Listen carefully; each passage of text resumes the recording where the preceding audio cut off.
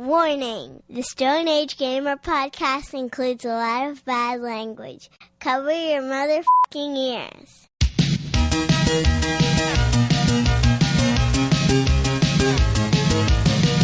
Good evening and welcome to the Stone Age Gamer podcast. I am Kris Randazzo, and joining me tonight is explorative masterpiece, Dan Ryan. There was no foreplay there. That was just right in, Kris. That's what I'm all about.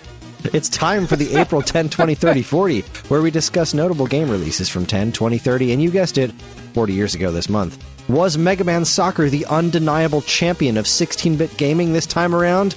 I hope you like Balls, the video game, because the Stone Age Gamer podcast starts now. Hi everyone, this is episode 511. It's the week of April 26, 2024, and this is the official podcast of StoneAgeGamer.com. In case you're new here, Dan and I talk every week about what's happening in the world of video games for a retro gamer's perspective, as well as whatever the heck else is going on in our lives. Also, if you're new around here, thanks for tuning in. We hope you have a good time. If not, why are you still here? We love you and appreciate you, but... Yeah, no, sure. Anyway, how you doing? Oh, man, it has been just a debacle this week, Kris. A debacle, huh? A debacle. A debacles. Last Sunday, the pilot light on my water heater went out. Oh, right, the water heater story. Yeah, I'm excited about this. My kid was taking a shower, and she calls down and she's like, "Why is it fucking cold?" And I was like, first of all, language. Second of all, I don't know, man. It probably because the pilot light went out. Because the pilot light is in my laundry room. And my laundry room, well, the pilot light is in the water heater. The water heater is in the laundry room. It's weird. We have the pilot light completely separate from the water heater. We just have this tiny little flame. Water heater is in the basement. Pilot light, attic. You know, because that's the way they built houses in the 50s. Oh, it was wacky. The water heater is in the laundry room. And the laundry room is the door that the dogs go out to the backyard, right? Because I have a split level house, so downstairs is a little laundry room.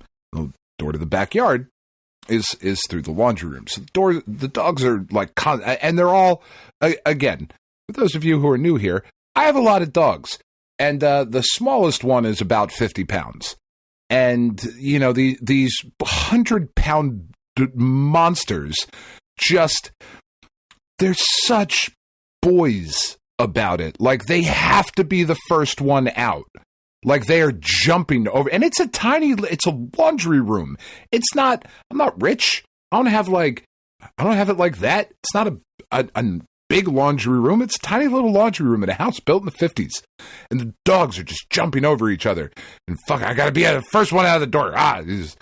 So they constantly bang into the water heater. They've, knock the pilot light out is my assumption. I don't know what I'm talking about, but that's my assumption. So I was like, oh, the dog's probably just knocked it out. Whatever. So go down, try to light it. Fuck. Can't get it lit. All right. Let me do some Googling. Let me try to figure out what's going on here. My water heater, spoilers, was, past tense, about 9 years old. I was like, all right, well, this is around the time when they start to fail, but the internet seems to think that one of the things you should do is change the thermocouple on there. It's a little piece that's down inside. You got to turn everything off, disconnect it, pull this little piece out. You change the thermocouple, and you're good to go. That usually fixes it. So, okay, cool. So on Monday, I go to the store, and pick up a new thermocouple for the make and model water heater that I have. Except when I get it home, it is not the right piece. It is, I got a push-fit thermocouple instead of a screw-in thermocouple. Because there is no God, I guess, is the reason why. So I was like, all right, well, fuck. It's Monday. That didn't work. Like, this was the only type they had at the store. It wasn't like I went, that one, and took a guess. Like, I bought the one that they had that matched the model that I have. Did you reverse the polarity to the neutron flow? Obviously. that also didn't work. So I was like, well, son of a bitch. Off to Amazon. Like, I tried to buy it at a local hardware shop. Like, I didn't go to Home Depot. They didn't have it anyway. Or Lowe's. I tried to go to a local hardware shop, but they don't have the shit that I need. So, all right, off to Amazon. So I ordered I was like, fuck it. The thermocouple by itself is like $20, and the whole schmagegi, all of the different bits, is like $28. I'll just replace the whole damn thing, right? No problem. So I take now it's Tuesday, because I overnighted this thing, because I'm like, fuck, I need to take a shower. It's getting gross in here. Change the whole thing out, take everything apart, screw it back in, everything's working good, it's all connected. Go to click it on. Pilot light will now come on, which was a step in the right direction, but won't stay lit. All right, fuck. I guess I have to call some real men now. Like, I tried to do it. Now I have to call a professional who, like, actually knows what the fuck he's talking about. So I had to take a day off of work, and they were like, yeah, we'll be out there between 10 and 2. Okay, cool. I talking to the lady in the morning. I'm like, is it possible that at 2 o'clock when dude gets here, because I know you said between 10 and 2, but, like, let's be honest with each other. It's going to be 2. Is it possible? Yeah, if I'm lucky, it's going to be 2. Is it possible that I will get a new water heater? If he can't fix it, will I get a new water heater today? And she was like, I don't want to promise, but, it's a pretty good chance. It's like, all right.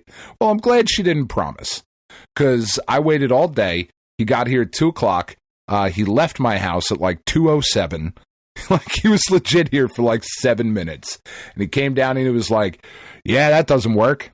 Like, no, thanks. That's good. I appreciate it. He was like, what you actually need is a new, like, the electronic control box that's on the outside of it. And he was like, so we do one of two things. We can, order it, and we're going to have to special order it because they don't make tanks the size and shape that you have any longer. So we have to special order the outside box piece, and that'll take like another 3 to 4 days. And that's going to be like, I don't know, $1,100 or whatever. And you'll probably get a year or 2 out of this thing, because it's already 9-10 years old, right? Or I can come back tomorrow, and for $1,900, we can put in a brand new water heater. That'll last you for not nearly as long as a $2,000 purchase should, but that's what we can do. So that's what we ended up doing. So now I have a shorter, fatter water heater that takes up more space in my already tiny laundry room, but they don't make the size and shape that I had. It's like, well, awesome. Tankless was not an option. It was a frustrating week, Chris, of like legit hooker baths of I am going to boil water and put it in a bowl and then go up into my bathtub and basically Kenny Marino it to get myself clean. And that's been my week. Super fun. But at least you have a bidet. Yeah, well, but I mean, that's cold water. And it's always cold water, but like it was just insulting. And I tried to take a cold shower. And like when I lived in Texas, I used to take cold showers all the time because it's fucking hotter than Satan's asshole in Texas. And when it's 900,000 degrees outside, a cold shower's not so bad. At least not at first. Yeah, no. When it's 110 in the shade, like it's just, I can get in there for 5 minutes and be like, oh, fucking sweet relief in this bullshit state. No offense to our listeners in Texas. You know who you are. Love you. But like, yeah, here in New Jersey, it was like, oh, good. It's 55 degrees outside today. So the water is nice and chilly. Yeah, the weather's been bullshit for the last 2 days. I have not enjoyed going out walking the dog for the last 2 days. It's been like Seattle. Because I refuse to wear pants. Right? I'm done with all pants. the time. Yeah. It is short season hundo P. And I refuse to go back. So I'm like walking the kids to school this morning and I'm freezing from the knees down, but you know what? Comfortable. You gotta rock like the NBA players do. You gotta get the tights to wear under your shorts. No. Like the athletic tights. Nope. That's a good look. That might be a good look for you. Style doesn't factor in. Style's not a factor. It just all comes down to pure lazy comfort, and I don't like tight clothing at all. That's a big fat nope. That's fair. So on the positive side, though, I did hear one of the funniest jokes I think that I have ever heard in my entire life, Kris, this week, and I would like to share it with you if you're okay with that. By all means, hit me with your best shot, as Pat Benatar would say. Was that Pat Benatar? Yeah, I think. So, what is another term for coming inside of a lady? I don't know what. Loading the dishwasher. Oh my god. That's so fucking funny. Wow. Oh god.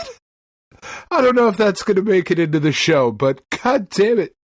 I do the majority of the dishwashing in this house. I know. It's a joke based on old sexist tropes. Like, I get it. It's just really fucking funny. Loading the dishwasher. You're a bad person and you should feel bad. Oh, man. It fucking cracked me up, dude. It's like, oh, that's legit one of the best jokes I've ever heard. That's so fucking funny. It's like, I gotta go tell people that I work with. I gotta tell my wife. Tell everybody. Tell my kids. Tell their friends. Oh, no. Pick them up from school. Guys, come here. Everybody gather around. Just joke time. Oh, their man. Teachers. It'll be great. That's how I opened up the parent-teacher conference. Like, I know we're here to talk about serious business, but before we begin, what is another term for coming inside of a lady? Oh, goodness. Yeah. How about you? How you doing? I'm okay. You got any horrific homeowner news or really funny jokes this week? No. Just the only funny joke is me. I'm waking up at the ass crack of dawn for record store day tomorrow. My local record shop. There's one record that I want. I want what is it? Dosage from Collective Soul. It's one of my favorite albums. Oh, yeah. Sure. My local record store got one. Oh. And they won't hold it for you, right? No, God, no. No holds at all. It's just that's first come, first dumb. serve.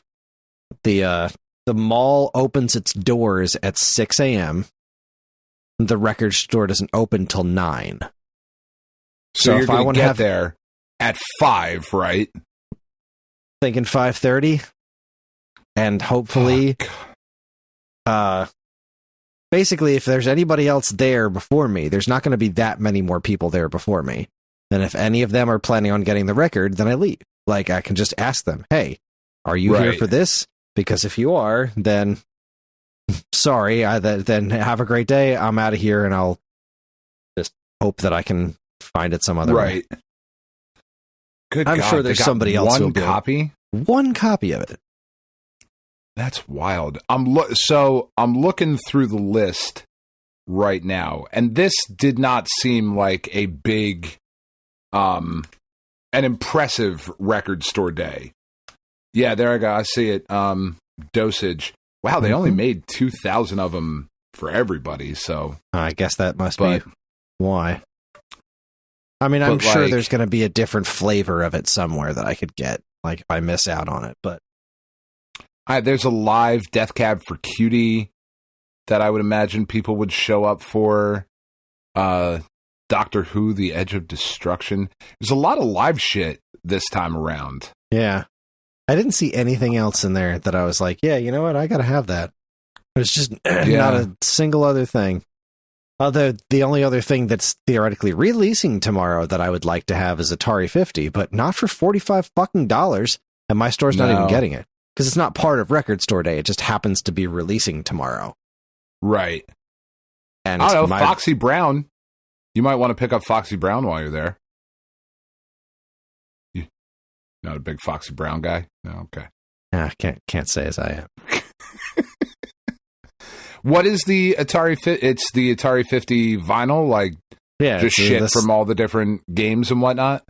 It's the soundtrack to the Atari 50 game, the one from Digital Eclipse. And like, well, that's I'd like cool. it. I'd like it. Really, sure. The menu music by Bob Baffy is like fucking outstanding. I love that tune. I would love to have that on record. And it's a gold record. It looks really cool. But it's $45. It's $45. That is too much for a record. It's a single record. It's not a double album or anything like that. It's a single record with not a ton of music on it. And it's $45. Yeah, it's a lot. I don't know. I'm still looking through the list. I might have to I remembered the one that I pulled out the last time we looked at this list. I might have to try. I shouldn't try, but I might have to try go pick up G Love and special sauce. Right. That's pretty great. I like G Love. I love G Love. Not enough to buy an album of though. Yeah. Like, I don't ever want to get to the point where I'm buying vinyl just for the sake of it. Like, I'm buying something for sure. If I'm buying vinyls, as the kids would say. Vinyls. I'm buying the vinyls. I don't know why that got Arnold there for a second. I'm not sure. I'm very tired. I spent a large portion of my youth sitting around with my friend Billy out in his barn, and we would just listen to fucking tapes. Like, that's when we started hanging out. Like, we would listen to tapes and we would listen to, CDs and whatever. And I remember his older brother Danny came back with the G Love and special sauce. I can't fucking say that tonight, apparently. With the G Love tape, and we just sat out in the barn and just listened to it over and over again. And like, that was such a big part of like one particular section of my youth. And like, I don't know, we would always fucking talk about G Love. So like, for me, I get why not everybody would run out for the G Love record, but it's good stuff. Baby's got sauce. Baby ain't sweet like mine. It is good shit. If you've never listened to G Love and the special sauce, you should give it a shot. Hey, you did it. Attaboy. I did. It's all right. I had to pause, though. I had to slow down so I didn't get all fucking mush-mouthed. Ah, goodness gracious. Yeah, I don't think there's really anything else of interest going on in my world this week. 5 o'clock in the morning for Collective Soul is... That's big. It's a choice. It's certainly a choice. That album right there is one of those like youth defining albums for me. Like, that was one of my favorites in high school. It was just, I've been waiting for them to reissue this album for quite a while now. And I missed their second album. I didn't miss it. I kind of sort of missed it on purpose. Their self-titled album, the blue one. I wouldn't say we've been missing it. I really like that album, except the last song. I don't like the last song of that album at all. And if there's a single song on a record that I don't like, I tend to not get it because it's not like you can skip tracks. Now, granted, it's the last track. I could just stop listening to it beforehand, but it was one of those things I looked at. I was like, well, I don't like every song on this, so I probably shouldn't buy it, because that's kind of one of my rules for buying records. Like, if I don't, I'm going to buy something digitally or like whatever. Full price, brand new, like exactly special shit. Like if you're picking something up, like where I get most of my records, the fucking Goodwill. It's like, I like 2 or 3 songs on here. That's worth $1. Exactly. If you're paying fine. like $2 or $3 for something, but if I'm spending like, $20, $30 on it, I'm going to make sure it's something that I really want to have, like top to bottom. And now I kind of regret not picking it up, because now I have their first and third albums and I'm just missing the second one. It's like making me itch, but now I gotta have it. But now it's only available in the secondhand market, which the secondhand vinyl market is fucking absurd. Yeah. Like I missed Motorcade of Generosity by Cake. I friggin' love that album. And that one I legitimately missed. I didn't realize they were re-releasing their albums. So I wound up picking up... did I pick up Fashion Nugget? I can't remember if I picked up Fashion Nugget, but I definitely picked up Motorcade of Generosity. No, that was the first one. What's the third one? Why am I drawing a blank on this? The one with the pig on it. Prolonging the Magic. There it is. There you go. I picked up Prolonging the Magic, but I really love Motorcade of Generosity, and I'm so sad that I didn't get it. And it's like, it immediately, the moment it wasn't readily available, is our like, cool, $450. Hey, fuck you. Jesus Christ. Fucking secondhand market. Absurd. The resellers market on records is just as bad, if not worse, as the fucking retro game scene. It's absurd. It really is. It's not fun. Podcast for another podcast, but yeah, fuck resellers. Bunch of vampires. Yeah. You play any Vigi games this week? Water Heater Replacement Simulator 2024? Yes. 10 out of 10, no notes. Great game. No, mostly just a lot of the show for when I was actually able to use my PlayStation this week, because the children, within the last week, they have both finished Inscription 2 times each. Like, they've played through it 2 separate times. And it's like, all right, guys, like, I really like this game, but I would like this to not be on the television for a little bit, if you don't mind. I would like to use the PlayStation, and, like, I'm a fucking enabler, Chris. That's my problem. Of, like, Is that my daughter... Singular? Yes. My children have the one. Have... Each of them has a PlayStation in their room. Okay? Penn has the PS4. 1? Okay. No. Penn has the PS4 Pro. Katie has the PS4. Okay? Katie also, and Penny also have access to the PlayStation through their computers. You know, the share play or whatever the fuck it's called that you can do on your PC.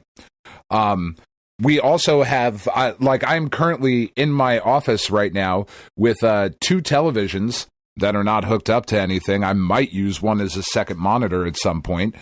Penn has a TV in her room that is currently not plugged in because she rearranged her furniture, and they could be playing Inscription and whatever fuck else they wanted to play in their bedrooms like normal children, away from their parents on their own fucking televisions, but they just won't do it. And I have sat there and gone, okay, well, I like the game, so I'll sit here and watch it with you, instead of, like, making them get in their room and fucking hook their shit up. Because I'm a bad parent, Chris. I think is what it comes down to. I think they would disagree. They would disagree? I think they would disagree. Yeah, that's probably true. But, yeah, it's been a lot of Inscription. And, fuck, man, I really want you to play that game. It's really fucking good. It's a really, really good game. I have no doubt that it is. I just don't see it happening. I kept looking too. One, right? Yeah, I kept looking too because like trying to find it physically, and man, price for that game is just absurd. It's just, couple $100 no matter what platform you're getting it on. It's like, fuck, man, let's reprint that shit. Especially like, I suppose I get the limited run stuff for like the Switch because it's a cartridge and there's like some manufacturing involved in that. But like, just fucking burn it to a disc, man. This isn't hard. I should be able to have this on my PlayStation. Just burn it, print out a fucking... I don't need a book. Just print out a cover, send it to me. It'd be fucking great. I'll give you $50 for it. Like, I don't know why that's so hard. Well, that's what she said. No, she knows. It's her fault. No, you know what I mean, though? Like, we've talked about it before, but that seems to be a thing that I think would, I'm sure there's like rights and whatnot involved that we are not privy to, but it really does seem to be a pretty easy solution for a lot of this stuff, and to get a lot of the bullshit out of, collecting games and whatnot in this resellers market that's just disgusting and predatory and like artificially, because I think ultimately like what drives me crazy about it is that it artificially inflates the value of games that aren't as good as other games, where we're no longer paying for quality, we're paying for scarcity. And I don't find that to be an ideal place for collecting to be in, really, of any product. Yeah, collecting it's a weird solely situation. Based on quantity it's just not the best idea. Nah, it's not. And like, I understand, like, they can't. Limited Run has continued to get bigger over the years for sure. But they can't keep everything in print, and if they're going to get new, like, they only have so many. There's only so many games they can make. And sure, their whole thing is they do open pre-orders now, right? It's like they shout from the rooftops, you have this much time. Everybody, which is great. However many we could possibly need, it's, as long as you know about it in this window of time, then this is how many we're going to make. And once they're gone, once this time is done, that's how many we're going to produce. And then that's the end of it. And I think it's the fairest way to do it right now until, not until, like, barring the ability to just keep things in print. Because, I'm sure a percentage of what they sell is, because of the scarcity of it. There's always going to be those people who are like, I got to get this or I'll never get it again. But they're also, if they kept certain things in print in perpetuity, or at least, went back and reprinted older things from time to time, I'm sure they'd sell. But I also think that they probably look at it like, well, we only have we only have this much access to the factory, right? Before somebody else needs to do it. So during this time, we need to move on to new projects instead of reprinting old ones, because that's what, keeps them relevant or whatever. I do wish they would go back and do some reprints, though. That would be pretty swell. But again, then that probably involves, like you said, a whole bunch of rights issues. Like, well, now we've got to go. It's not like they can just click a button and be like, well, now we're reprinting The Messenger. Like, they got to clear that with fucking Sabotage and whoever else is involved. Like, some of the stuff is pretty fair. You know what I mean? Like, there's some stuff I'm looking on, but it is now. I'm looking on eBay right now, and on April 19th, so today, a sealed copy of the Castlevania Anniversary Collection on Switch sold for $44. That's not crazy. That's a different story, though, because that wasn't just available at Limited Run. I know. That's not one of their numbered releases. That's one of their... Because they have their numbered releases that only get the one printing, and then they have the other releases that are like, this is also going to be available widely at retail, like Amazon and Best Buy, in addition to being able to get it through Limited Run. And Castlevania Collection is one of those. Yeah, no, I know that. Knights of the Old Republic, for Switch, which I know that game's broken, but $60. That's not a crazy price for that. Like for something that is not actively in print.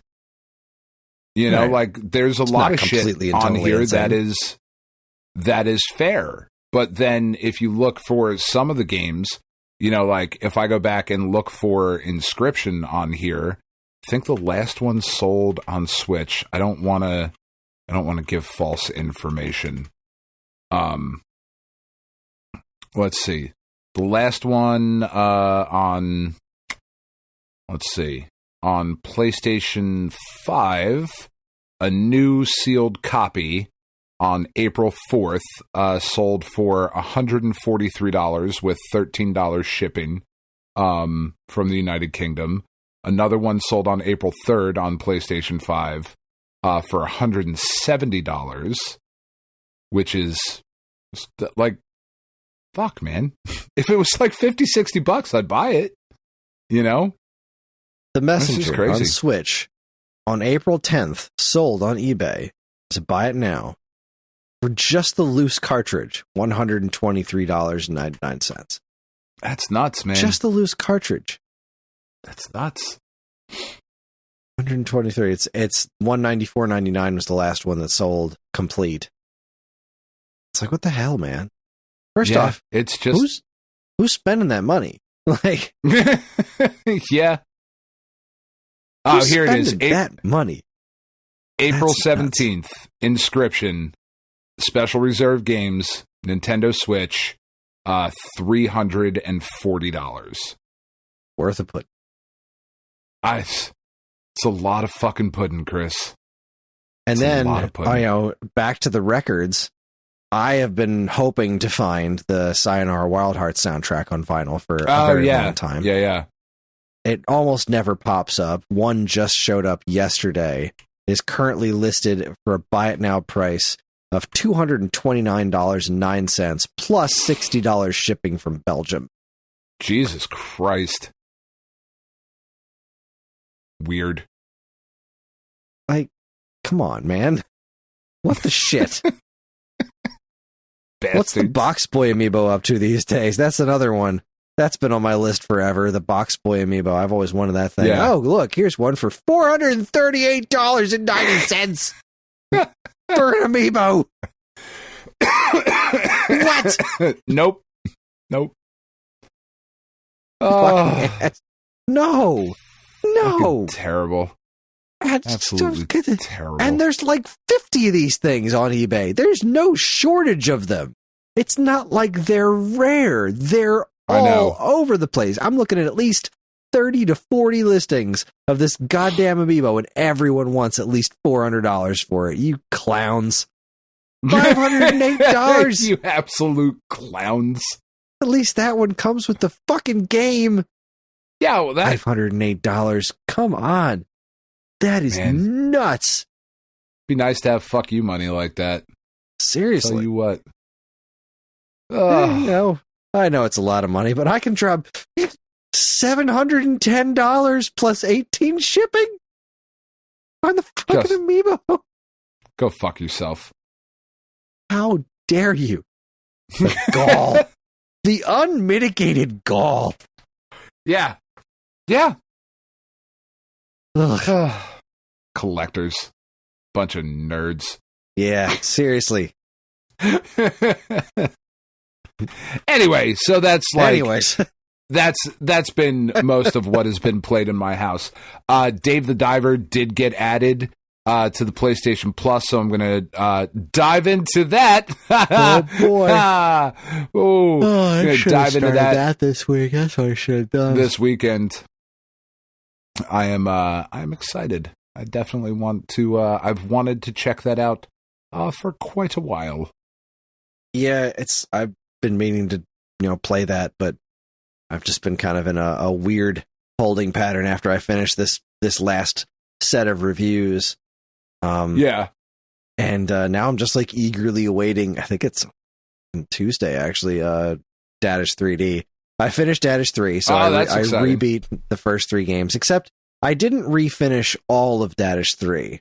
the last world is kind of bullshit. The last world is all water levels, and some of them are cool, but some of them are like, okay, this is just frustrating. I don't need this shit in my life.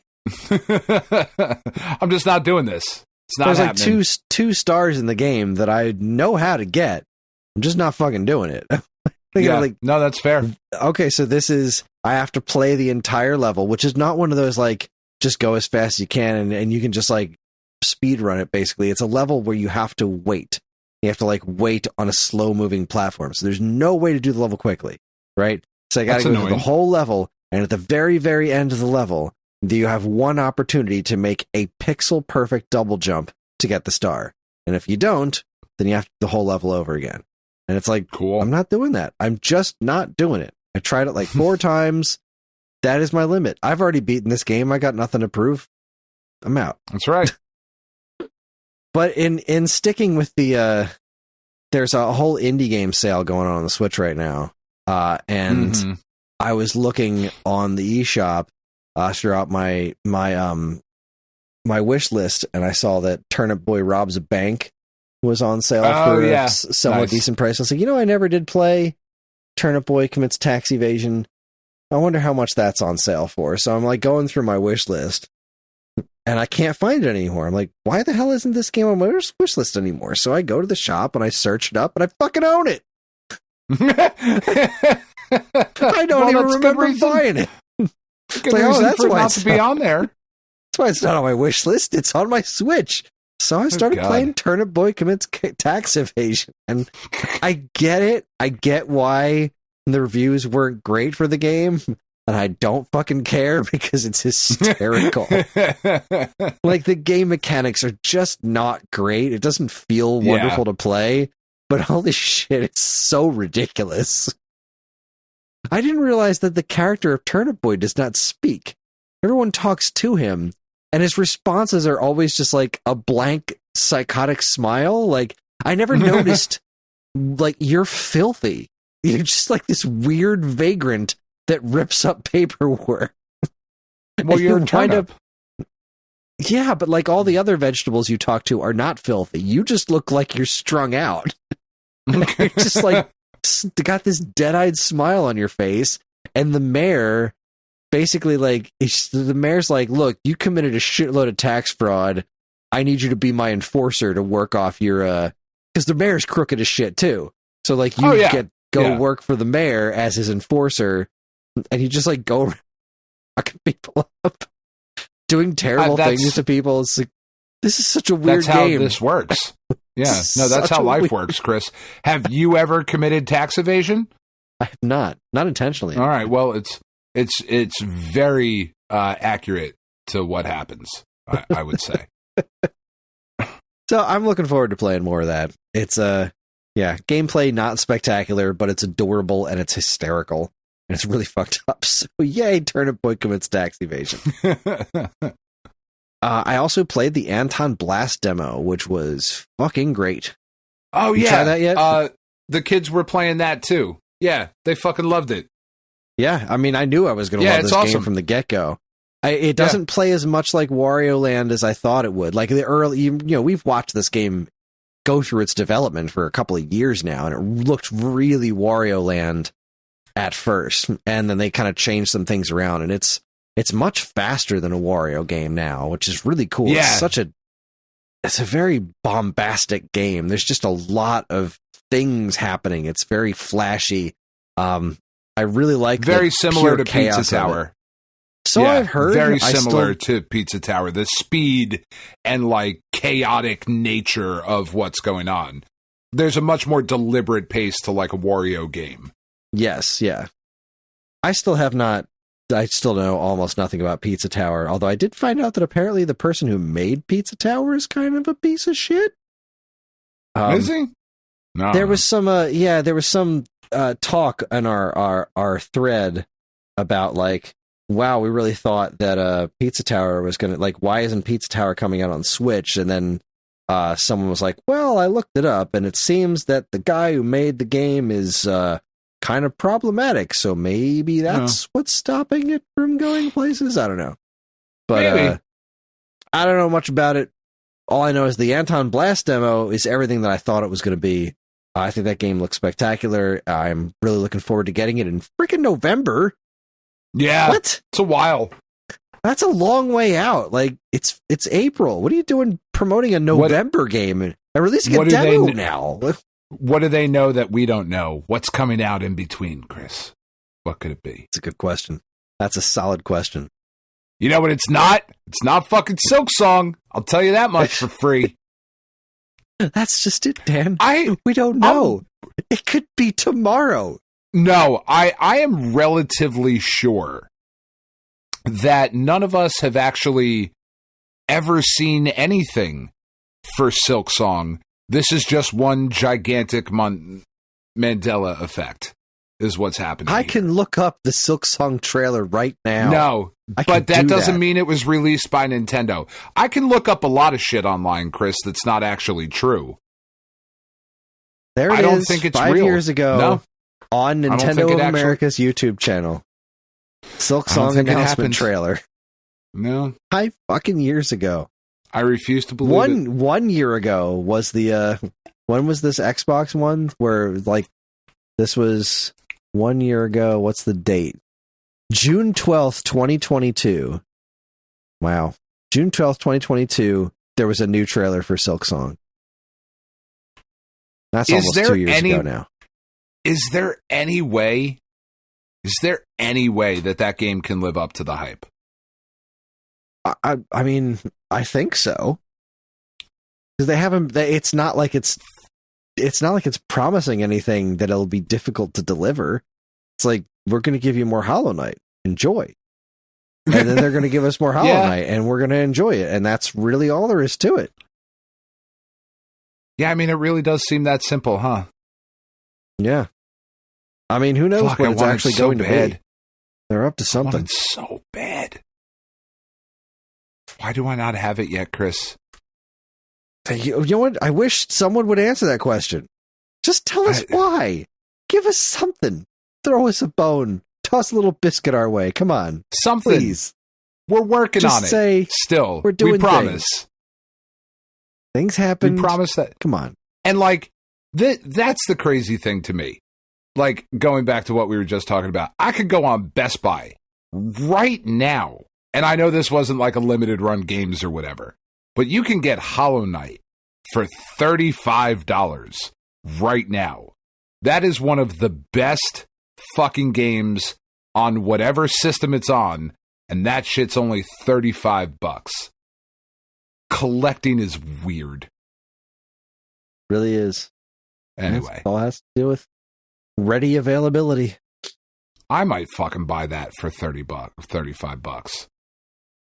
I've considered it. Like, just to...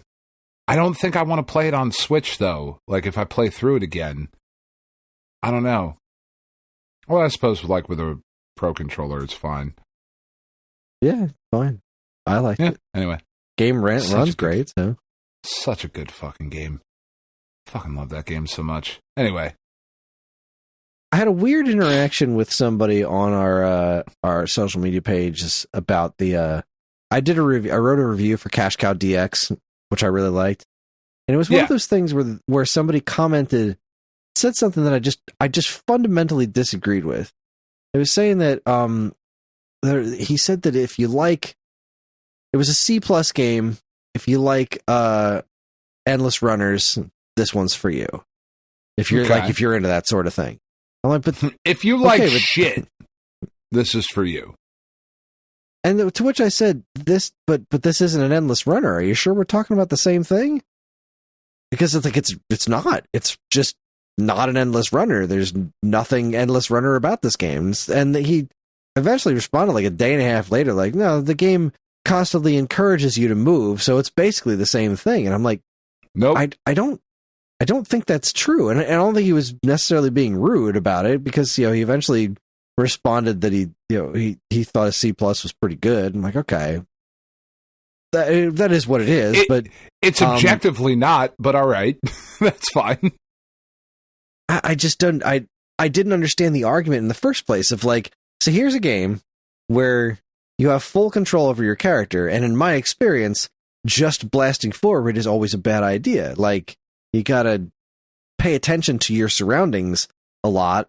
Like, playing this in no way resembles playing something like Runner 2.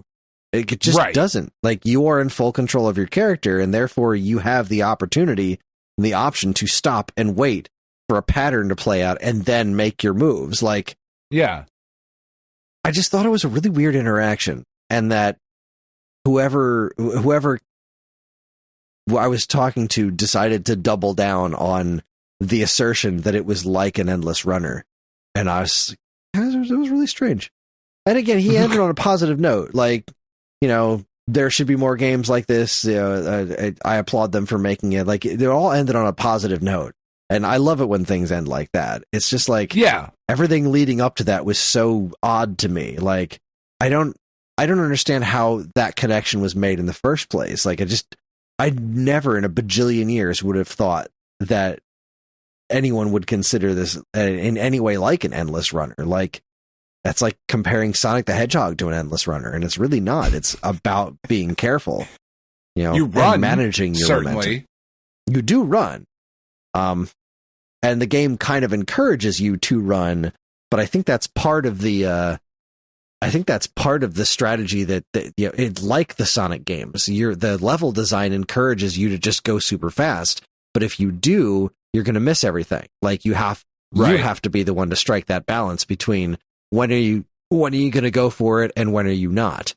And yeah, that's not an endless runner. But no. Anyways, I think the coolest thing I did this week was we started watching Fallout. Is it any good?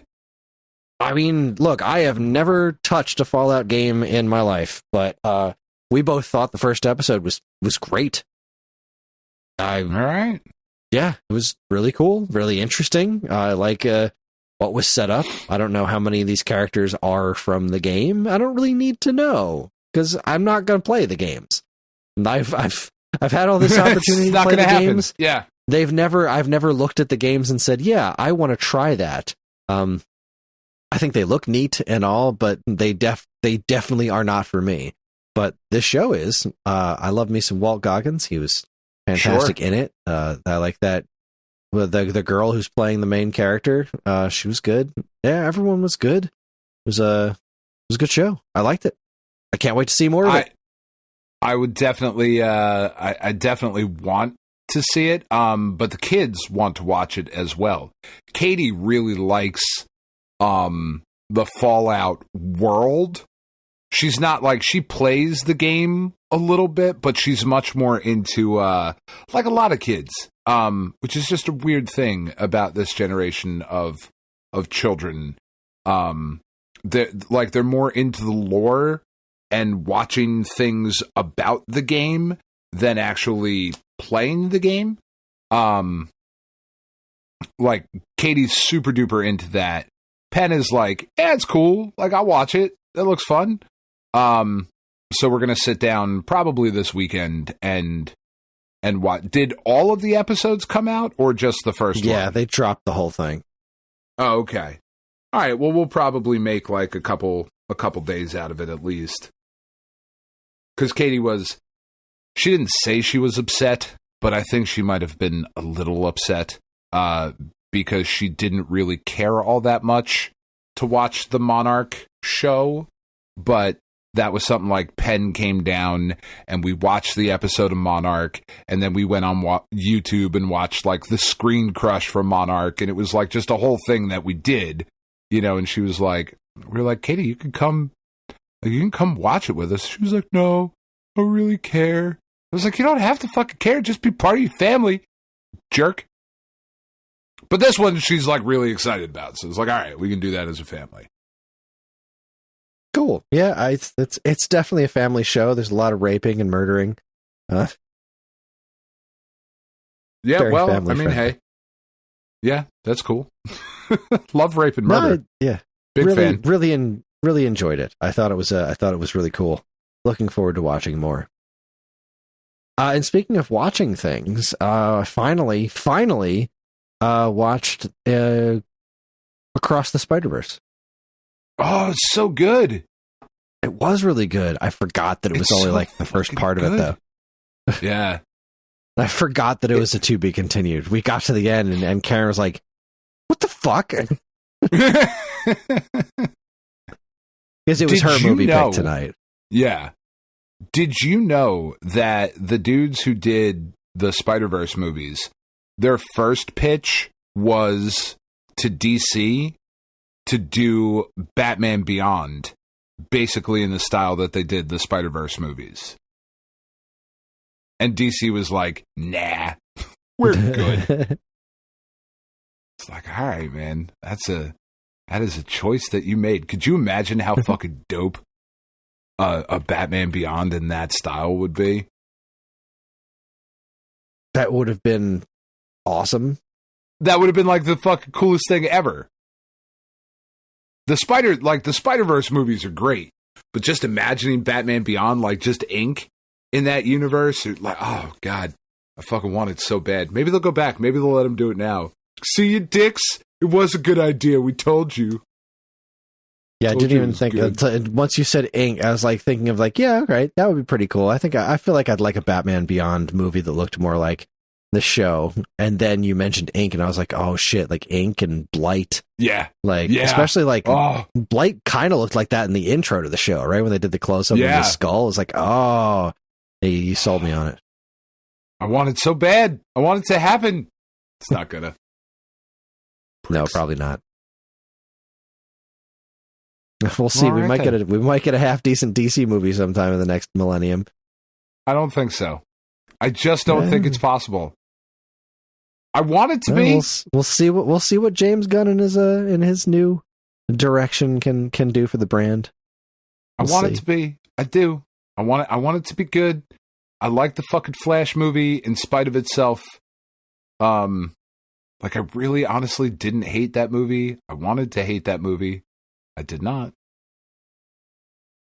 Did you ever get around to watching that? Fuck no. I'm not going to waste my time with that shit. Okay. It was pretty good. Even if it is decent at best, which you are one of the very few people whose opinions I trust has said anything positive about that movie. There's just I think you got like I only have so much time. You got to go into it with the right expectations. Yeah. But I get that. Are there not better things I could be doing with my time than watching this stupid fucking movie? I mean, like how the Netflix icon for it is Batman. Yeah. Yeah, just to be fair, you watch a lot of stupid fucking movies, and I think this was a pretty good one. Like, there was some fun to be had in this stupid fucking movie. Do I watch a lot of stupid fucking movies? Yeah. You watch bad movies on purpose. When? I don't know. You do it, though. I do. Talk about it. You've watched a heck of a lot of Mystery Science Theater 3000 and that sort of shit. Well, that counts. MST3K, I haven't watched that show regularly in a very, very long time, and every now and then I'll watch an episode, but that's usually in the background, not anything I'm paying attention to. I don't know. Any other bad movies are in service of a specific podcast. I was going to say, you watched The Lawnmower Man for your podcast, which is perhaps the greatest movie ever made. If we get to F and somebody suggests Flash and it wins, then we will watch it. But this time we watched FX2 with a robotic fucking clown. This is what I'm saying. Like, you watched FX2. I think it was probably a better movie than it was The Flash. I have seen both of those, and I can tell you that one of them was better, and it ain't fucking FX2. Did The Flash have Brian Dennehy? It might have. I don't know. He runs very quick. He could have been there in the background. Like, oh, fuck, it was Brian Dennehy. Like, he just ran right by him. Or he might be dead. See, I'm not sure. I think you're coming up with excuses. I don't think The Flash had Brian Dennehy, and I think you've lost this argument, sir. I mean, that's not a bad argument. Match. I don't know that it's a good argument, but it's not a bad argument. Oh, goodness gracious. FX2. Stop it. Yeah, that wasn't a great movie. It wasn't as bad as I expected. That was just it. Like, I expected it to be fucking awful, and it was not. It was just kind of bad. Like there was some actual entertainment to be had in that movie. Like I really expected it to be a complete shit show, and it just wasn't. Yeah, insane. Yeah. Anyways, so that's we're gonna take ourselves a quick break. When we come back, I said break. I kind of messed up that word there. We're gonna take ourselves a quick reprieve. When we come back, we're going to talk about what's new at Stone Age Gamer. We're going to do week-old news, and then do the rest of the show. So you are listening to the Stone Age Gamer podcast from Geekade.com. Stick around.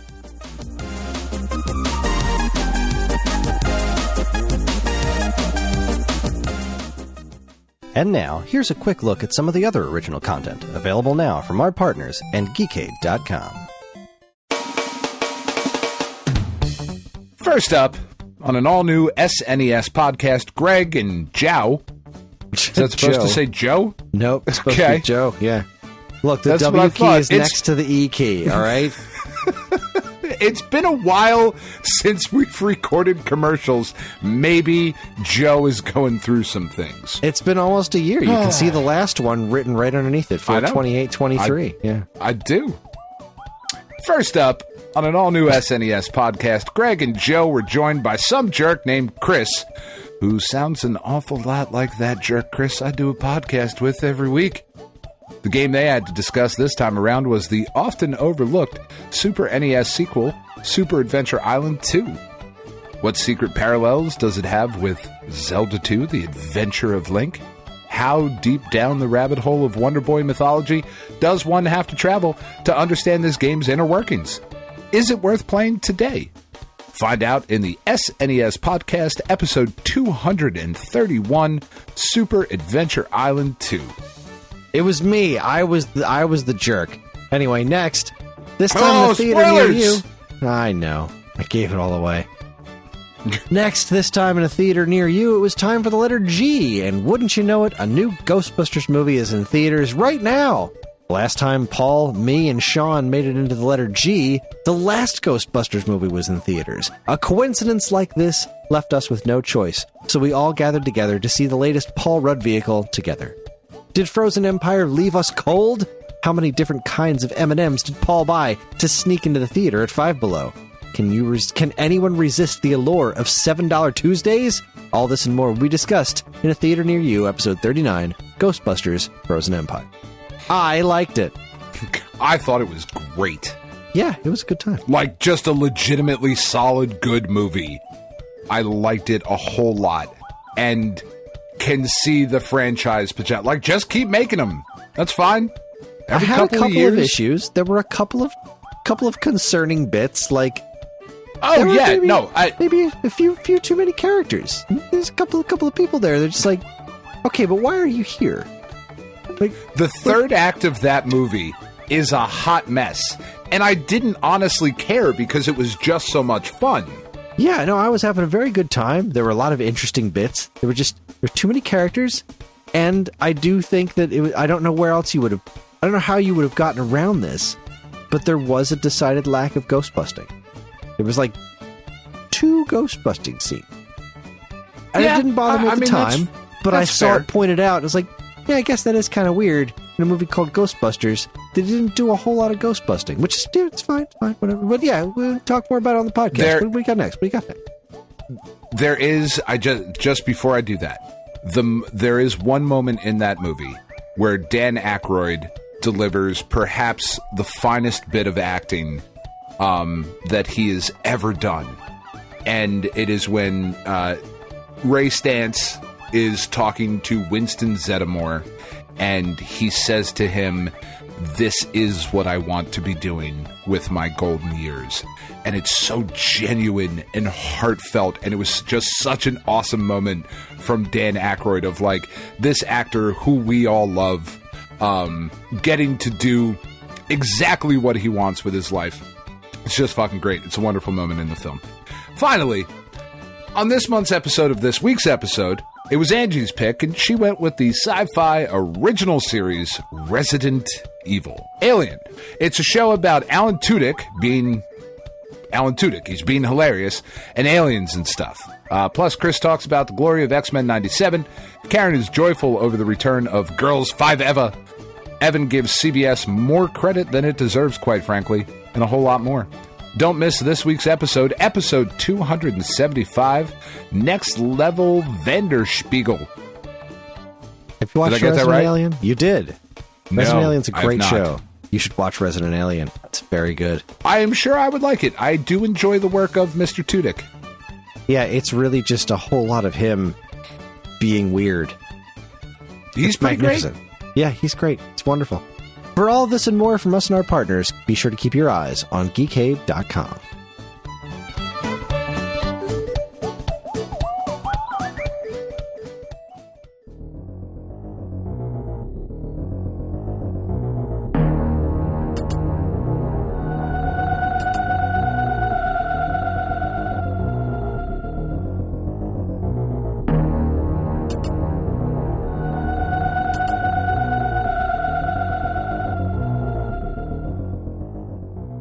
Hi, everybody. We have returned from our break, and now it is time to discuss what is new at Stone Age Gamer. This is the segment of the show where I talk about what's new at Stone Age Gamer. We like to call it What's New at Stone Age Gamer. I think I'm far funnier than I am. You are nailing this. God, this is getting very, weekly, very good at this. the improvements. Oh, yes. man. Emphasis on the word weak. So first, we are gearing up for the eventual coming of G-Comps. These are these like component switcher thingies. They're pretty spicy. But we're going to get our first run of them since we've started carrying them. We're hoping to get them by the end of the month. They were supposed to be here already, but where we get them from has been a bit slower and more difficult to communicate with than we would like.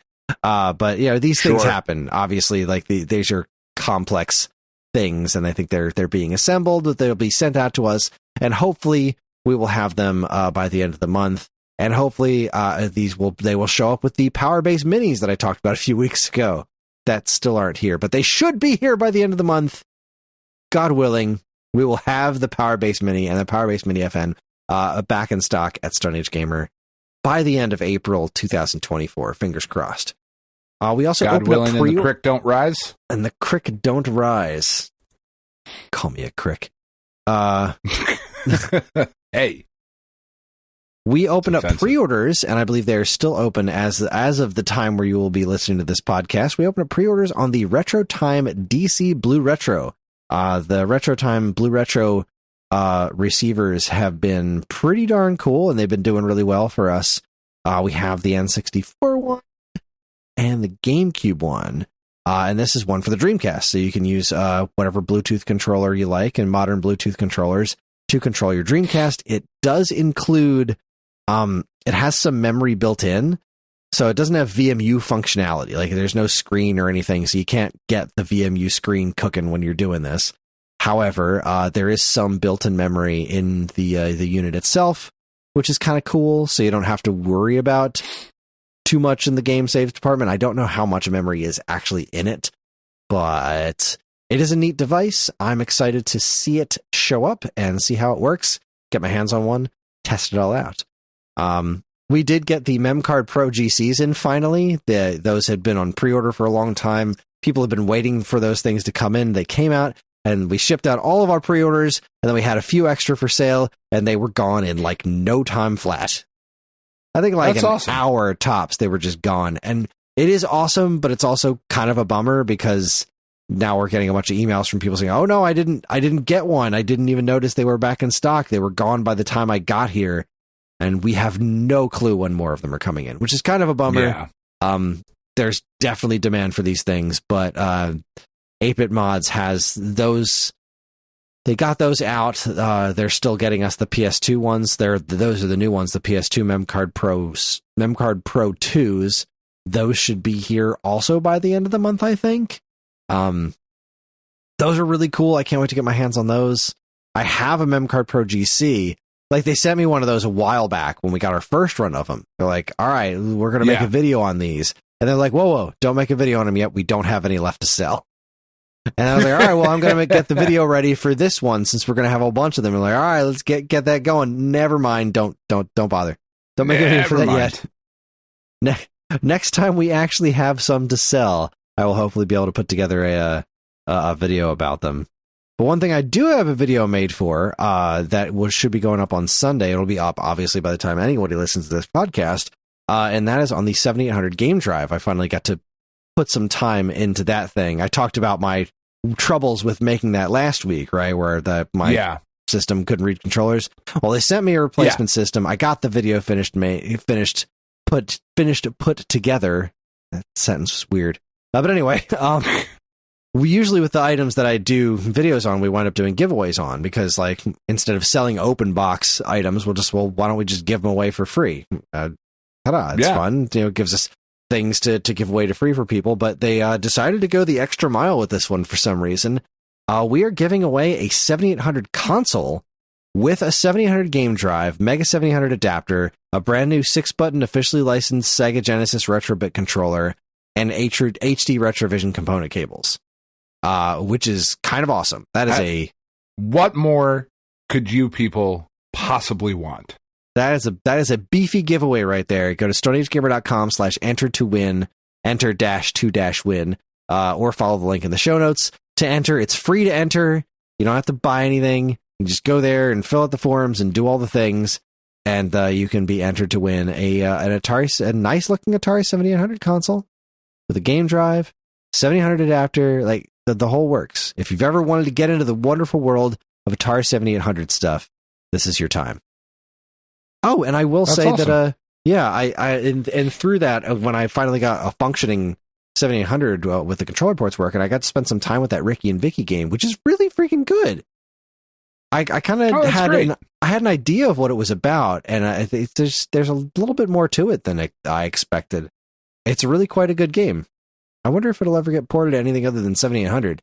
It's a really good looking game too. It's like, it's one of those things you look at and say, man, the 7800 actually had some potential, and it's kind of a shame we don't see more really, really cool homebrew for the 7800. I also got to spend a little bit of time with Catacombs of Chaos, the one of John Hancock's 2600 games. That was neat. I didn't quite understand it because I didn't put a ton of time into learning how to understand it because it's a 2600 game. But it looks really neat. And through the HD Retrovision cables, it freaks me out how good a 2600 games look playing off a 7800 game drive through the HD Retrovision cables on my component TV. Like, it freaks me out how good those look. It's really, really awesome. And that's what's been going on at Stone Age Gamer. It's wild when you start to see like that kind of upscaled or like that forced upscaled kind of shit.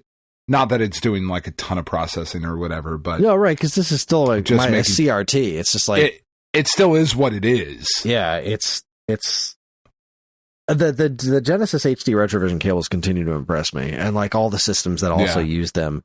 Like, I have my Genesis hooked into it right now, and it's like every time I turn on my Genesis, it freaks me out how the difference between standard composite and component was, even on the CRT. It's like night and day. It's really wild to see. And seeing all these old Atari games look like that, it's really a great way to play them. And in fact, I kind of prefer playing them through that to the 2600 plus on my, through HDMI. Like, that thing was great and all, but I don't know, playing on the 7800 game drive with the save states and all that stuff. The save states don't really work for 2600 games, but 7800 games they do. And there's no real compatibility issues. Like, I kind of feel like running the 7800 with an HD Retrovision cable through a 7800 game drive is a better overall looking experience than even the 2600 plus, which is cool. I still like my 2600 plus. It's still a neat thing to have, but I think I'm going to be using the game drive more often than not going forward. But anyways, that is what's new at Stone Age Gamer, and that means it is time to buckle in for Week Old News. Welcome to Week Old News, where we talk about all the news that was new a week ago. And first up, we have something that isn't quite news, but I figured this was a good place to put it. We were contacted by the folks at a YouTube channel. Oh, hold on. I messed this up. Oh, I messed this up something good because I didn't write this down. I'm going to get there, though. I'm just going to go ahead and talk and say the things and the stuff and go to this website that was for a Kickstarter for a show. All right, so the website, the YouTube channel, here we are. Welcome back to my brain. The YouTube channel is called Wieners and Losers, like hot dog wieners, haha. And they did a Kickstarter for a show called Arcade Animals, which is kind of like their take on Starcade. Which is kind of awesome. It is kind of awesome. I watched episode 4, which was had the two contestants were Justin Emery and Will Cooper. One of them is the world record holder for food fight, which is kind of cool. And it was a neat little show. It seems like it's one of those things that's going to continue to evolve if it continues to have the opportunity to. It's not getting as many views as I would expect something like this to get, but as we've all seen with my experience with YouTube videos, I sure don't know what the hell's. I sure don't know what gets views and what doesn't. You. Yeah, I'm the wrong person to ask, but they emailed us that they listened to our podcast and they thought we would like to check this out, and they were right. I thought this was a really fun show. It's called Arcade Animals. If you like arcade games and you are interested in watching a game show about people competing in classic arcade games, this is a thing that exists. Wieners and Losers. Go check them out. That's awesome. On the YouTubes. I have it up right now. I will check it out after we're done. Yeah. Our first story. Say, go ahead. Say they emailed us. They emailed you. I'm just here. I'm your side bitch. I get it. They emailed Stone Age Gamer. You're us. You're the royal we. Don't let Ryan hear you say that. Our first proper story comes to us from GoNintendo.com. Hallmark reveals their 2024 gaming-related ornament lineup. I love that this has become a thing. That's awesome. So we've got Mario collecting coins, which I think looks like it might make some noises. I don't know about this one. It's like a chunk of a new Super Mario Brothers stage. The neat idea, okay. But you've got Mario with the propeller hat, also from New Super Mario Brothers. You've got Toad in a Mario Kart, cart, I guess. The wheels turn. I don't know, that's kind of cool. That's okay. Party cart. More interesting to me, and I want to know more about this one. There is an Oregon Trail one, which is an old school computer monitor playing the Oregon Trail. That's what that one is. That's awesome. I love it. I want to know if it makes any noise or does anything, and I can't read what it says on the screen. It might say you have died of dysentery, and if it does, I might have to get it. You know what? I wonder if I can get... See, the Go Nintendo article, the pictures are all really small. I want to see if I can get a direct link to... Here we go. But it's a much larger picture, but it's all... It's still kind of fuzzy. I can't read what's on the screen. Let's see if this link can do me one better. Okay. But anyways, there's is this going to load or what? Why are you taking so dang long? This PDF, it sent me to a PDF of the Dream Book, the 2024 Dream Book. Whatever. Anyway, back to the actual article. Where was I? There was a Blastoise, which looks pretty cool. But cooler than that, there's a Magikarp. Ooh, love a good Magikarp. I might have to have Magikarp Christmas ornament on my tree this year. I might have to have it. There's a Kingdom Hearts Mickey Mouse. There's a couple of Pikmin, a red, blue, and yellow Pikmin. There's what's her name, the owl girl from Animal Crossing.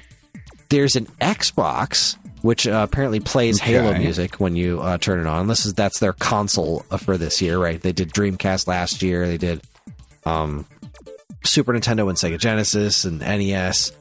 So there's an original Xbox ornament. There's also a Master Chief, some more Minecraft stuff.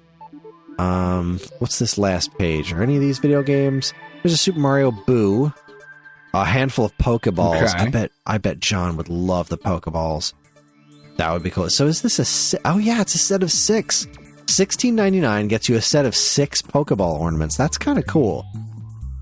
That is kind of cool. Yeah, that's not a terrible price. I bet John would like that. And that I think is it for video game related ones. Yeah, there's a couple of Minions and the Cakey Cat from was that Gabby's Dollhouse, I think is what that's from. Some show that Ellie used to watch. But yeah, the Pokeball set. That might be the thing I get. Pokeballs or the Magikarp. Yeah.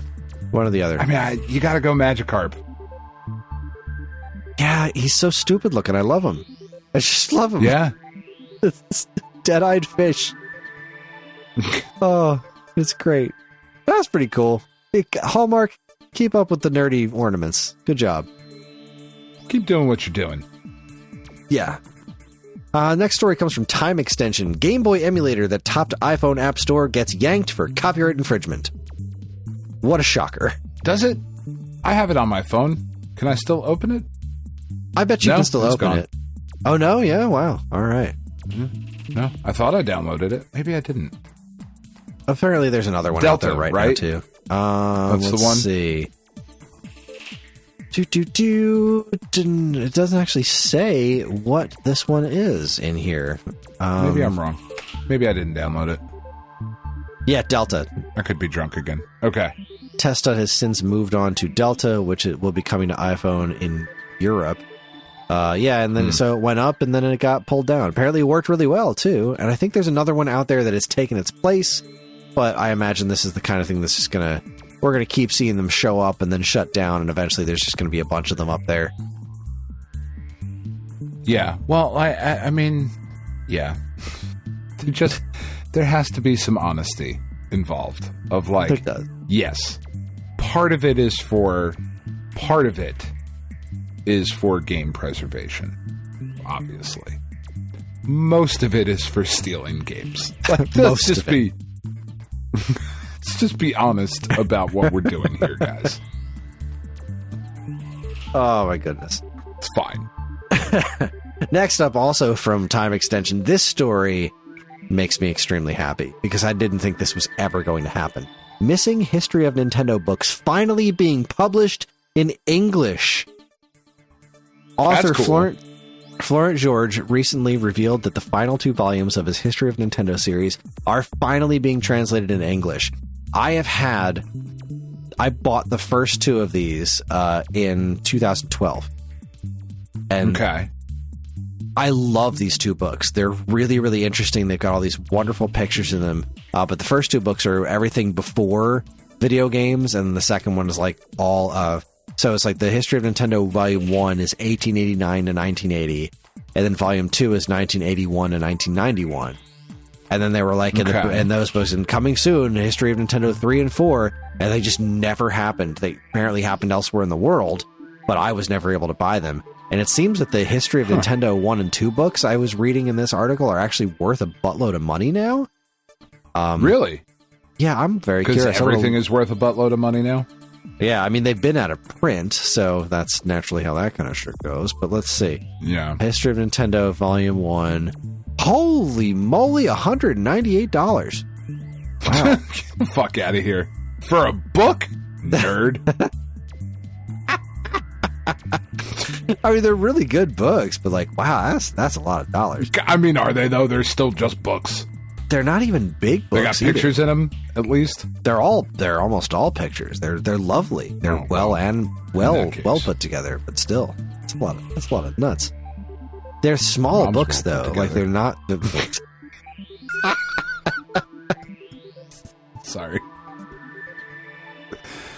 But it's just the English ones. Like the French ones, like their original language is like $13. Like, yeah. Those are no problem, but apparently the English language ones are really hard to get your hands on. I am all over this. I will buy both of those the instant they are available. I cannot freaking wait to get them. Right the fuck on. Yeah. 1983 to 2016. That's a big one. It's a lot of time to cover. I think what they're doing is that one is all home consoles, and then the other one is all portables.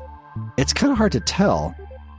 History of Nintendo 3 is, let's see where this just says Famicom Nintendo Entertainment System, but it says it goes up to 2016. I wonder what's really in this. Oh, I'm so curious. I can't wait. I'm so excited. I love these nerdy-ass books. I'm excited, Syphil. Oh, look, there's the catalog. Oh my god! All right, let's see if I can find the Oregon Trail one. I really want to see what it says on the screen. Come on! Why is this having such a hard time loading? This is ridiculous. Oh, that's not the Oregon Trail. That's an ultrasound. Oh, that's weird. Why would you want an ultrasound? That's great. Where is this Oregon Trail? There it is. There you are. It's right there. Show me potato salad. I want to know what's on this thing. All right. No, I don't think it's gonna. I don't think even if I zoom this in, I'm gonna be able to tell it's written on the screen. Oh, it's pretty high detail. Let's see. It does. It says you have died of dysentery. I can have a Christmas ornament that says you have died of dysentery. That's pretty great. Yeah, it's pretty great. It's an old-ass computer monitor. It's wonderful. Oh, that was worth the wait. Oh, boy. Anyways. Well, because all of the listeners got to see it with you at the same time, so that made it definitely worth it. The discovery was where it was at. Next up, really also from Time Extension, new Konami Code discovered in Castlevania game 25 years later. Castlevania Legacy of Darkness for N64, which was originally released in 1999, has a variation of the Konami Code hidden in it, and nobody knew about it until very recently. That shit's wild. User Jupiter Climb on YouTube posted a video that's done on the C buttons. Up, up, up, up, down, down, down, down, left, left, right, right, left, left, right, right, LRZ unlocks all of the characters in the game. They found it from like going through the game's data or something. That's pretty wild. Yeah. It's like it's not difficult to tell why it was hidden. This shit out now. Well, they were going through the game's code and they found it. Like, no, I'm saying like who? What? Why are you spending your time going through the code of this game now? That is a good question. Which leads us to our next story. Also from Time Extension, Mortal Kombat is getting a fan-made Jaguar port. I fucking love that. I love that is happening. Oh man, there's a video. That guy did a video of it in action, and it looks fucking great. Because it's Mortal. It's the original arcade. It looks Mortal like Kombat. A Jaguar port of Mortal Kombat. Well, so I mean, it's Mortal Kombat 1. Maybe. Well, it's Mortal Kombat 1, so like that's sure. Doesn't seem like it's beyond the capabilities of the Jaguar. It looks pretty close to arcade, but again, it's really early on in development. Like it doesn't do a lot of things. Like the animations of like the actual attacks are really clunky when they hit each other. So like that's not quite ready for showtime yet. But it's an interesting project. Yeah, this clearly comes from the department of like, let's see if I can. Yeah, there's no question in my mind that this just came from like, I want to see if I can do this. Very interesting. Yeah, it's pretty outstanding. I love that it is happening. Me too. It Especially makes me that it's very, a port very of happy that it's happening. The original Mortal Kombat. Like I love that game still. That's one of the games I pulled that up on that arcade cabinet you guys made for me. Probably more than you'd expect. It's just one of my favorites to jump in and just, pick Scorpion, do a couple fatalities, move on with my day. It's super fun, man. It's a really solid fucking game. Spoilers for anybody who doesn't know what we're talking about. Mortal Kombat, pretty good. Kotaku reports someone bought 4,000 worthless copies of Alan Wake. because why not? This is somebody, user Fake Phantasm on Twitter. I've acquired what I think is an object of power. I will report back on its usefulness after more research. It is a box of 4,000 Xbox 360 download codes for Alan Wake. I spent $240 on them. Approximately 4,000 of them in the box. Yeah. I mean... I don't think you can't use them. Just... Love the story. There are homeless people that needed to eat. Can they eat Alan Wake digital codes? I doubt it. What a weird thing to do. I love it. Oh, sometimes the internet really just gives back. Time Extension reports the Evercade EXP-R and Evercade Versus R consoles to launch this July. This is a hardware revision for the Evercade. They also announced recently there's going to be a bigger... $100? I think so, yeah. They're like pared down. Yeah, they're going to be $99.99. The older models will be discontinued. They go on sale on April 30th. We will probably wind up getting them a Stone Age Gamer because we do a decent amount of Evercade stuff. There's also going to be more advanced cartridges coming out soon. Like they'll be able to hold larger games. They announced that there's Giga Carts, they're calling them, right? Yeah, Giga Carts. There's going to be the Tomb Raider trilogy on Evercade. This is such a neat platform. I love it. I love that it's got its audience. I want one, Chris. I want one. I'm just putting that out into the world.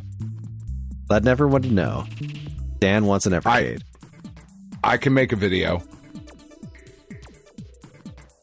I just putting that out there. I think they're neat. I don't know. And like, it's weird. That's the one thing that like I've seen where I've been like, yeah, okay, I get it. I don't know why I get that one, but that one like clicks for me. It's a neat little thing. Yeah.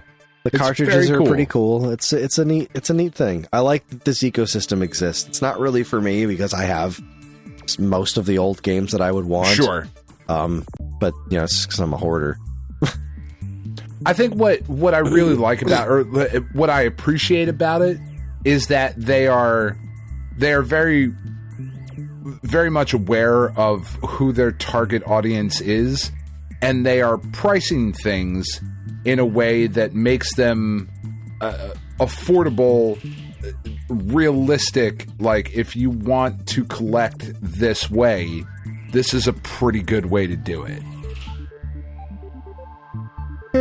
Oh, sorry. Yes, no, I 100% agree. Like the pricing. Yawn when I'm talking to you. I'm tired and you're boring. Whore. That's what I'm saying. Fuck you, you prick. No, I agree. The cases the cartridges come in, they all line up real nice. They're numbered. Yeah, like they're doing a really series. Good job. They're really nailing this, and the Evercade plays all the games really well. Yeah. Anytime that I've spent with the Evercade, there's never been any like weird. This is some cheapo emulation knockoff thing. Like the games play like they're supposed to play, which is pretty cool. Yeah, they do a good job with indie games, right? Like I'm looking at this Indie Heroes Collection 3 that's got Donut Dodo on it. Yep. You know, which is like probably worth the price of admission right there. Yeah, it's a cool fucking thing. They're going to be a guest on the show in a couple of weeks. Put that. We're going to have an Evercade on. Yeah. So you're an Evercade, huh? Are you? Gee, what does it feel like to have a cartridge insert? When it goes in, what's that feel like? Is it like I don't know. Is that what you call loading the dishwasher?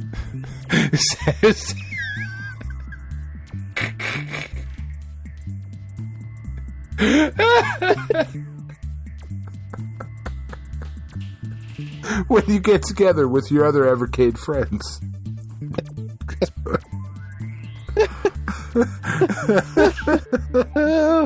Oh, God. Evercade Somebody orgies. come here and blow out the dust. Oh, goodness.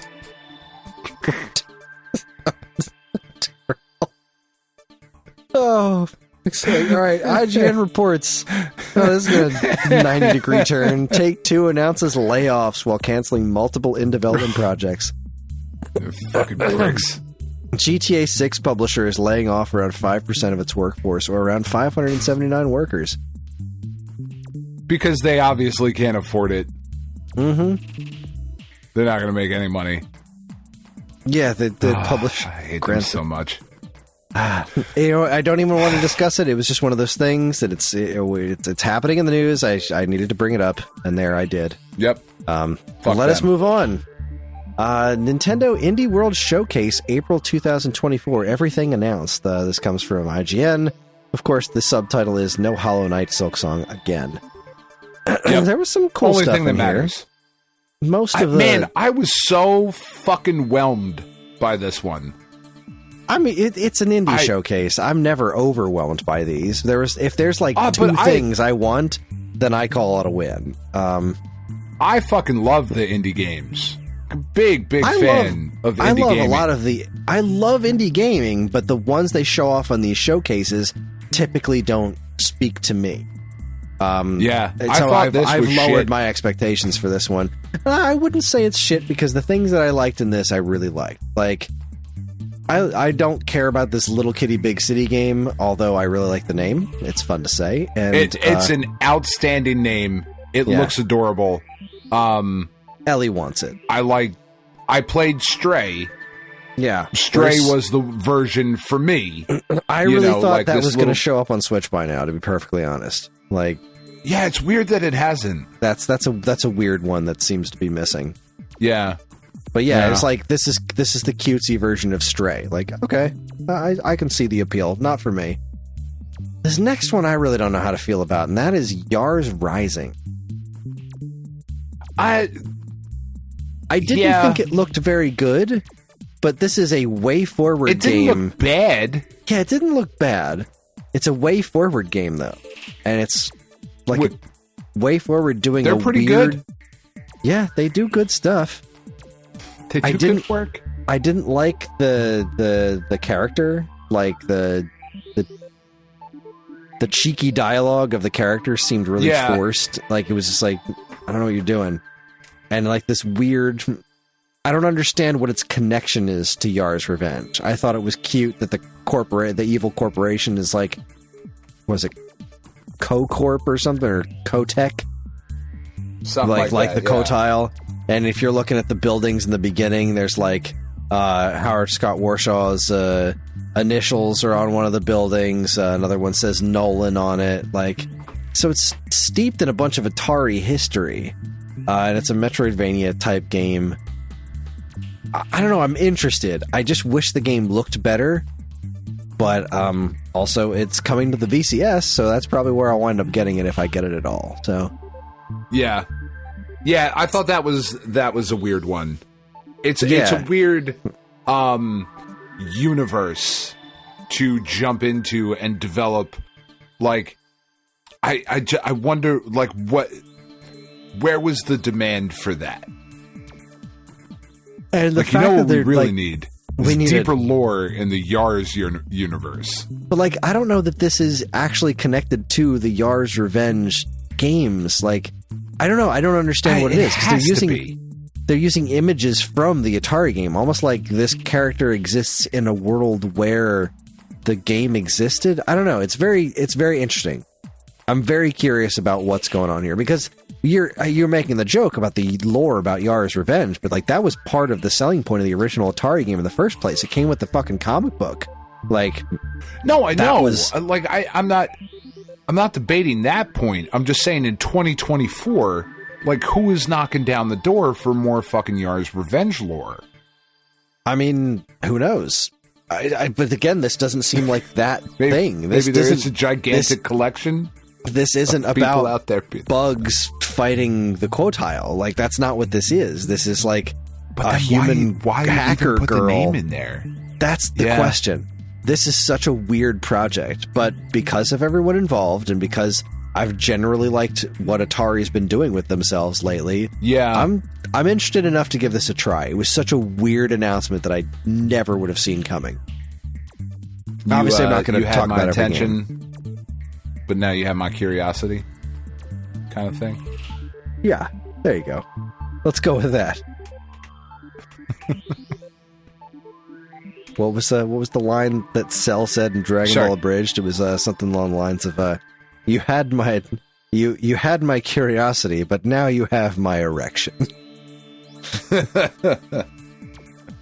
That's what it is. You had my curiosity, but now you have my attention.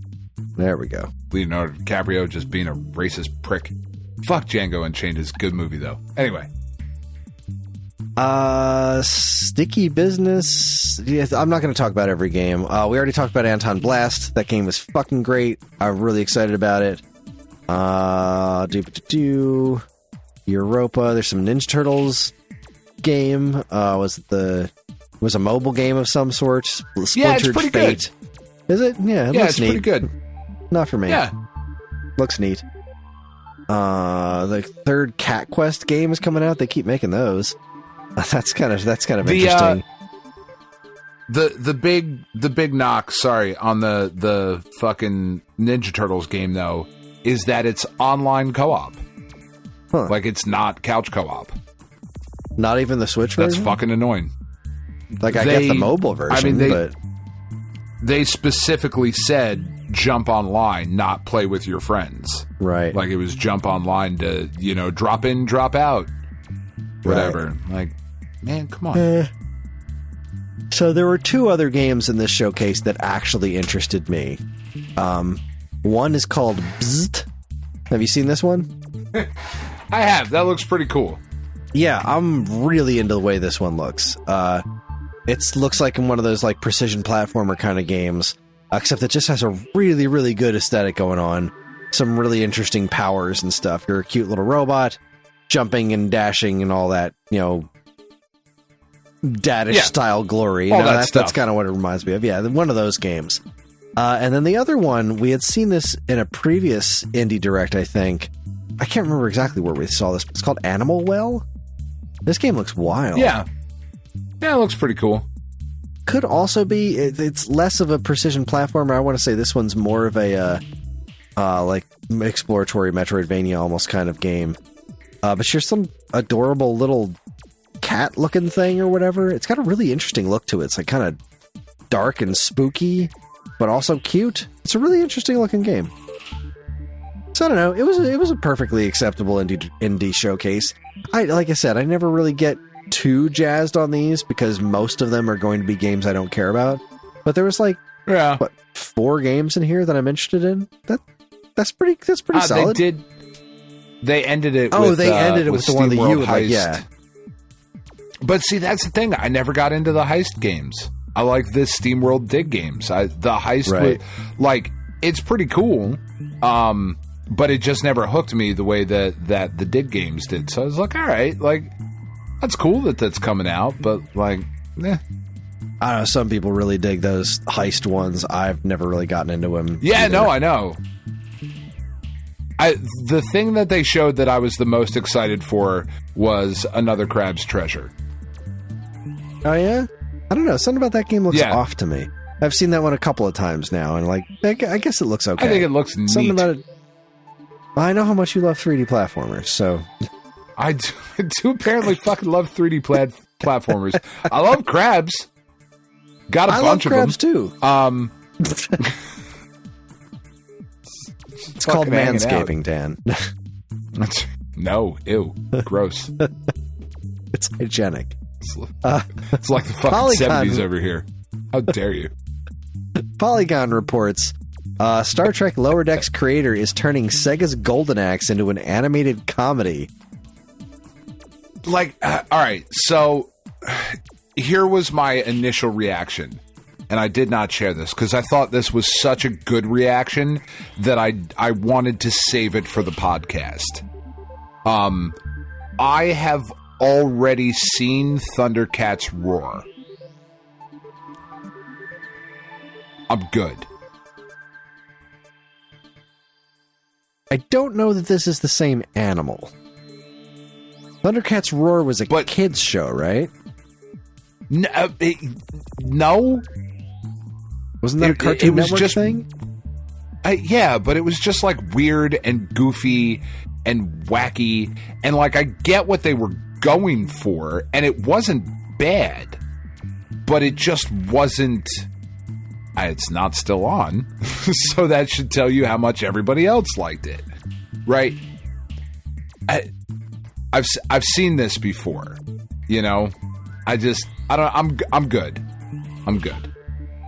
Well, what interests me, obviously, I was never exactly in the market for a Golden Axe comedy, but Lower Decks is fucking great. Like, I adore that show, and I am so pissed that it is ending. It should go for at least another couple of seasons. I'm very angry that that show is ending. But Lower Decks is fantastic, so I will at the very least be giving this a shot. Because if this is half as funny as Lower Decks, then count me in. But I don't have much of a connection to Golden Axe. It seems like a real weird fit, but... Yeah, and that's the thing, like, I'm not saying, like, I'm not interested in it because I fucking love Golden Axe, and this is an affront to the legacy of Gold. Like, that's not what it is. I can't imagine that this is a thing I'm going to be super into. I could be totally wrong. It might be great. Nobody nobody expected the Twisted Metal show to be good, but apparently it was. So, I mean, I still haven't watched it. I don't know. I haven't watched it either, but I heard it's great. So, and it got renewed for another season. So, I know. I have a fucking moral issue with that show. It's you cast Samoa Joe as fucking Sweet as Tooth. What's his douche as Sweet Tooth, which fucking in a promo. There's an AEW pay-per-view coming up this weekend where the Swerve Strickland is the guy wrestling Samoa Joe for the AEW title, and in a promo thing that they were doing on Wednesday night to hype up the pay-per-view, he fucking yelled at him. He was like, "Bring your sweet tooth looking ass in here so I can fucking beat you up." It was fucking great. But like Samoa Joe is legit one of like the best promos in professional wrestling. The dude sounds fucking scary, but he's also funny. He's got a good cadence. He's got a good voice. He's got all of these things that you would want in like Sweet Tooth, but they don't let him talk. And I was like, well, I just don't want to watch this show then, because fuck you for doing that to Samoa Joe. Yeah, which is a silly reason not to watch a show, but I will watch it at some point, I suppose. Yeah, I'll give it a whirl. Like maybe Will after Arnett. Yeah, it's weird. Will Arnett is the voice. Weird. And I don't hate Will Arnett at all. Like he's good. BoJack Horseman's a great show. Didn't he do Lego Batman as well? He did. The fucking throwing like 38 batarangs and then be like, first try. Like that shit's fucking legitimately hilarious. That stuff was good. But it's just Samoa Joe is so fucking good at it. Just bummed. Well, apparently finally, that's a trigger for me. Our last story does not involve Samoa Joe. God damn it! Now I'm upset that it doesn't. Reports the processor used in Pac-Man is being discontinued 48 years after it launched. I didn't know that that was still being used. The Zilog Z80 launched in 1976 and it's officially being retired. That's crazy. That is, like, why would you still be used? What's it still being used for? Yeah, like, I fully admit, I don't know shit about shit when it comes to this kind of thing. It says here, in recent years, the Z80 has become a popular microcontroller used in embedded systems. Huh. I don't know what that means. I don't either. Like, I know what all of those words mean individually. I'm familiar with them. Put them all together like that, I'm like, man, I don't know. Okay. Yeah, beats me. But there you go. That wraps up week-old news. And that wraps up our time before this next commercial break. So we're going to take another quick break. When we come back, we'll be getting to our feature topic, the 10, 20, 30, 40 for April 2024. You're listening to the Stone Age Gamer podcast from Geekade.com. Stick around.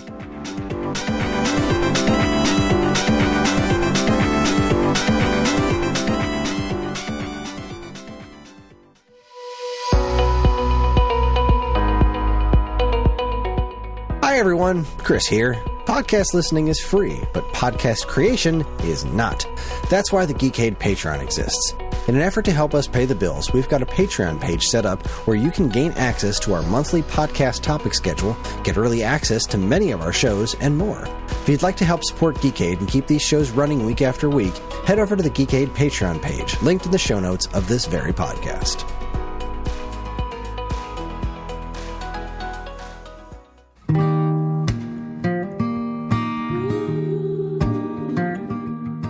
We are Safe at Home, the leading dog rescue in the heart of New Jersey. Are you searching for a loyal companion, a dog that will bring love and joy to your home? Look no further than Safe at Home. At Safe at Home, we believe in giving every dog a second chance. We rescue, rehabilitate, and find loving forever homes for dogs in need, right here in the Garden State. Our dogs are ready to make a lasting impact on your life. Each one has a unique story, a wagging tail, and an incredible capacity for love. When you adopt from Safe at Home, you're not just gaining a pet, you're becoming a part of our family. Our dedicated team ensures a seamless adoption process, providing ongoing support and guidance. With New Jersey's beautiful parks, beaches, and trails, you and your new furry friend will have endless opportunities for adventures and cherished memories. Safe at Home relies on the support of compassionate individuals like you. Your donations and volunteer work enable us to continue saving lives and finding forever homes for these amazing dogs. Join us in creating a safer, happier community for dogs in New Jersey. Together we can make a difference and give every dog the chance to feel safe at home. Visit our website or call us now to learn about how you can be a part of the Safe at Home mission. Safe at Home, because every dog deserves to be loved and protected. www.safeathomerescue.org.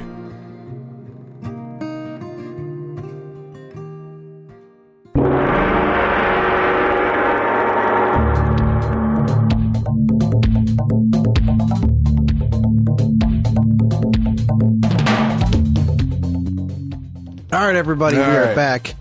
We're back and better than ever. Dan has loaded the dishwasher, and we are ready to continue the show. Aw. It was a short break. Tiff should be disappointed. It is our anniversary, after all. Welcome to the 10, 20, 30, 40. This is a monthly segment we do where we talk about new games. We talk about old games. Notable game releases that were released 10, 20, 30, and 40 years ago this month. So let's kick things off with April 2014. We are looking at the PlayStation 3 first. Let's see what was cooking on PlayStation 3 in April of 2014. We had MLB The Show, Assassin's Creed IV, Black Flag. This is the one that you hook directly up to your veins. That's right. Arkham. God, that game's 10 years old. Jesus. Yeah. Lego The Hobbit. Boy, those Hobbit movies were a big disappointment, weren't they? I couldn't tell you. I watched a little bit of the first one. I don't fucking like the Lord of the Rings movies. I love the Lord of the Rings movies. The Hobbit ones were just I don't think they're very good. I think you're insane. I'm going to go out on a limb. Trying to tell me that I should spend time watching The Flash. But those Lord of the Rings movies, I don't think they're very good. No, they weren't. I think they were self-indulgent. I think Peter Jackson is a bit fucking full of himself. Thought the dialogue was, for the most part, cringeworthy at best. However, I can't really blame Peter Jackson for that part because I think the source material is kind of shit too. Okay. Which, like, I know is like fucking blasphemy, but like, really, fuck Tolkien. So I'll go out on that limb. I don't care. Never liked it. But the fucking Flash. Let's watch that. Let's watch a bunch of CG animated corpses get paraded around on screen. Look, It's Christopher Reeve's Superman. Isn't that great? Look at him. He's right there. Makes perfect sense in the story. Yeah, look at him. It's great. It made as much sense as anything else in the fucking Lord of the Rings movies. Let's just put it that way. Fucking lunatic. Wizard doesn't arrive late. Wizard arrives right on time. No, he fucking doesn't. You were out of shit and you were like, Gandalf. That's what you fuck you. That was the joke. I didn't say they started laughing immediately after he said the fucking line. I know. Fuck him. I didn't say that the Flash movie was good. Well, I don't do drugs, Chris. You know me. I'm straight edge. Gandalf does. You shall not pass. Yeah, I will. To be fair, he did not pass. To be fair, he didn't.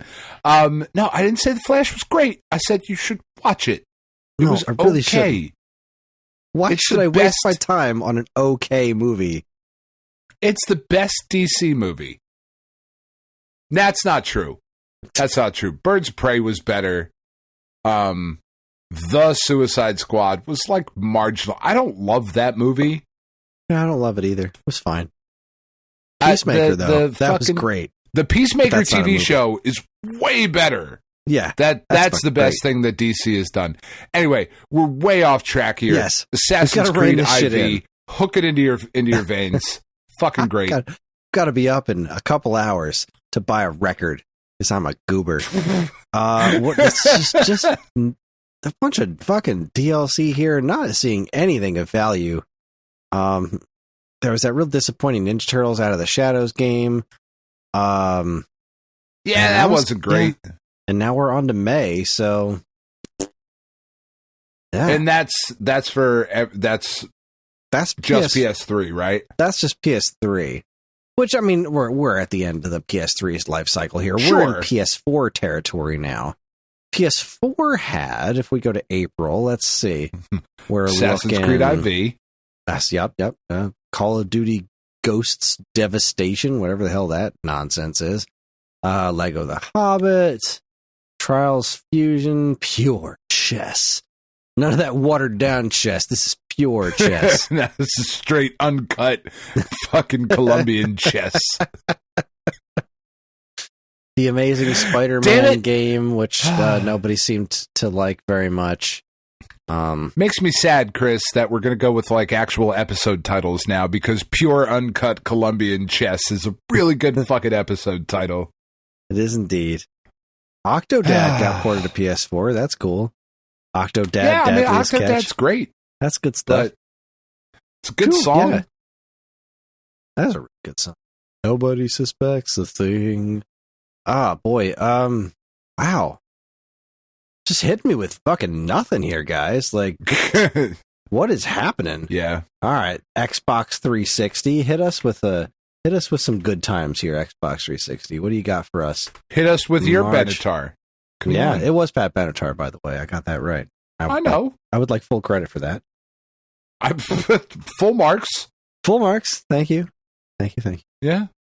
Passing grade. All right, 10 Xbox 10, no 360 also has the Arkham Origins Blackgate DLC, Titanfall. Was that a thing? Crafted by one of the co-creators of Call of Duty. It seems to have an 83 Metascore. That's not too bad. Like, I do remember people liking Titanfall, but it never sold, I think, like, to the numbers that they wanted it to. It did get a sequel, though. Well, that's not nothing. That's not nothing.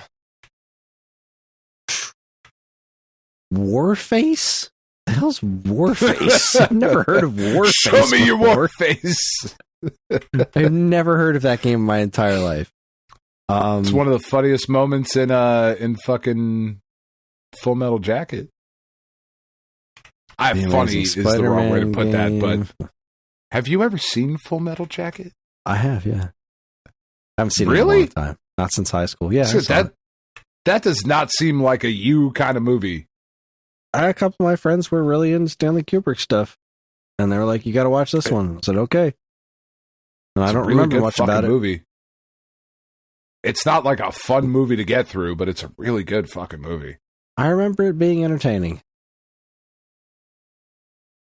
But yeah, that's about it for Xbox 360 too. Wow, what a stinker of a month so far. Jeez. Yeah. I cannot imagine Xbox One is going to hit us with much better, but let's see. You were saying? The, like, early summer, the spring doldrums of video game releases, like, that's not some shit that we made up. That's true. Woof. You know, like, this is... Sports Rivals. Yeah, Trials like, Fusion, this is... that's cool. This is traditionally the time where it's like, ugh.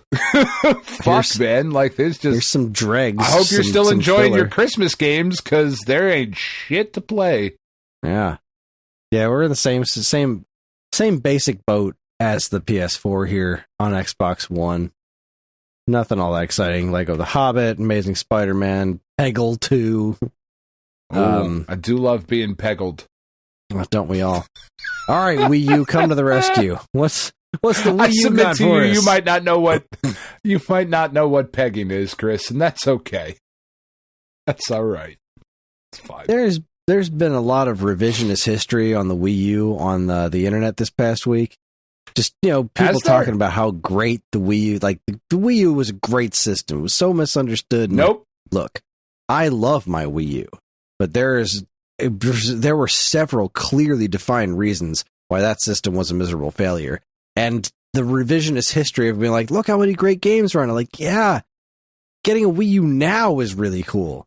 Living through that time where you'd get like a release worth your while every couple of months, that's a different animal. So Arkham Origins, Blackgate, something called Evo Fish. Oh, well, that one right there proves what everybody was talking about. Yeah. I mean, how dare you glance over Evo Fish, Chris? Lego The Hobbit. Let's talk about those Hobbit movies. Those movies sucked. The book's not very good either. Hey, it's NES Remix 2. That's a genuinely good game. That is genuinely good. That is a genuinely good time. I'm kind of surprised that they haven't done more of that, like, on the Switch. I'm not, and I'll tell you why. It's pure laziness. The NES Remix games were built specifically in the NES emulation engine used on Wii U, which is completely different than the NES emulator used on the Switch. So porting those games means making them from scratch. And we're not going to do that. Yeah, I cannot imagine they're going to do it. It's a shame that they won't, because those games are really sticking good. And I would love to play them through a better emulator so the games themselves would look nicer. But, what are you going to do? Well, so far, NES Remix 2 is my favorite game released this year. How about the Wii? This month, yeah. Not saying much. No. Come on, the Wii's got to have something good, right? Right? No, of course not. No. Were we on 2014? Was there anything in April 2014 on the Wii? I'm going to say no. According to Metacritic, we go straight from December 5th, 2013 to May 16th, 2014. So yeah, the Wii has no saving grace for us. Let's see about handheld systems. The old original DS, 2014, April 2014. Here we go. We got two. We got Lego Friends, Sagittarius A-Star, Sea Battle, and that's it. Nope. Not a thing. That's the original DS. That's all the original of this sucks. That original DS, at this time in its life cycle, was really just like hanging on by the skin of its teeth. Let's see about the 3DS. The 3DS is where the business is. What do we got in April? There's March. April's got to be quick. All right, here we are. We got some good stuff here. What's going on in April? We have The Solitaire, Klondike/Spider. Oh. Love it. Just firing on all fucking cylinders. We have Rusty's Real Deal Baseball. That was kind of a wild thing. I didn't really play much of that, but that was a weird thing where you could you would be able to bet real money on like changing the price of the games that you could buy by like haggling. It was weird. Yeah, it was really weird. Yeah, it's weird. A Mystery Case Files game showed up in the eShop. Dire Grove. We got anything else? Come on, give me something real good here. Disney's Magical World, BitBoy Arcade, The Tennis. The Tennis? Okay. All right. Is that another euphemism? Like, maybe. Hey, you want to do the tennis tonight? Like, no, I got to wash my hair. Gardening Mama 2? Gardening with Mama 2? And that's it. Ugh. Come on. Give me something. There are some months that we do this segment where I think to myself, how have video games survived? Yeah, what were we doing? January. All right, so now we're on to the PSP. Will the PSP give us anything? Well, this will be the saving grace. Without a doubt. April, I have Chronostasia is the only one, and I don't even think that was released in North America. So that's a big fat ball of nope. How about the old Vita? Because if there's any system out there that got plenty of releases, it was the Vita. It was indeed. Still March. Goodness gracious, March was a huge month for the Vita. I don't even remember that. April, we got the MLB The Show. There's another winner. Something called Squirrel Run. I fucking love Squirrel Run. Big Squirrel Run guy. Got the posters on my wall. The Sly Cooper games. Probably the biggest Squirrel Run guy in the podcasting space for sure. That's definitely me. Easily top 5. Oh, it's not even a question. Cell Damage was ported to the Vita. Oof. Okay. All right. Well, so far as I'm concerned, the winner of this this entire month was NES Remix 2. How about the Ouya? Did the Ouya give us anything good? Nope. Spoilers. April 2014. I don't have anything. I have The Walking Dead Season 1 was Q1, so it could have been April, but oof. Wow. All right. Bad 10 years ago was not great. No. April 2014, not a very good year for gaming. Let's see how 2004. Dark times indeed. How did 2004 hit us? April 2004, the PlayStation 1 in April 2004 got Hellboy Asylum Seeker. Dynamite Soccer, Sitting Ducks. I'm just going to go out on a limb here, Chris. Hellboy is also kind of mid. Hellboy it occupies the same space as Lord of the Rings. Huh. Okay. Yeah. Ron Perlman's going to come to your house and smack the shit out of you. I fucking please. Let's do it. Put that shit on video, sell it on Pornhub. All right, well, the PlayStation 1, not a huge surprise the PlayStation 1 didn't have a big month. But let's see. In 2004, no. In 2004. No, the fact that it was still breathing is enough for me. So let's talk about PlayStation 2 now. We've got Destruction Derby Arenas. We've got... What's on the next page? Oh, Fight Night 2004. NBA Ballers. Yeah. Now we're finally talking. seeing some games. Right. Now we're seeing some games. All right. All-Star Baseball 2005. Lots of filler. Hitman Contracts. I remember that being a game people cared about. UFC Sudden I've never Impact. been huge into the Hitman games, but I haven't either, but I know there are folks out there. Evan's a big fan of it, actually. Evan's a big fan. Well, Onimusha 3? Yeah, Onimusha 3, the one with Jean Reno. That's Jean Reno, the Jean Reno vehicle. Shrek 2. Fucking of all the Shrek games, Shrek 2 was where they really refined the formula. That's where it all came together for him. Yeah, very similarly to Mega Man 2. Yeah. Of like, oh, this was the game. Like, okay, I see the DNA is there in Shrek 1. But when you get to Shrek 2 and the music, oh my God. What a game. Real winners here. No, fucking Fight Night. Man, Fight Night is one of those examples, and NBA Ballers too, where, man, when EA decides to give a shit, they kill it.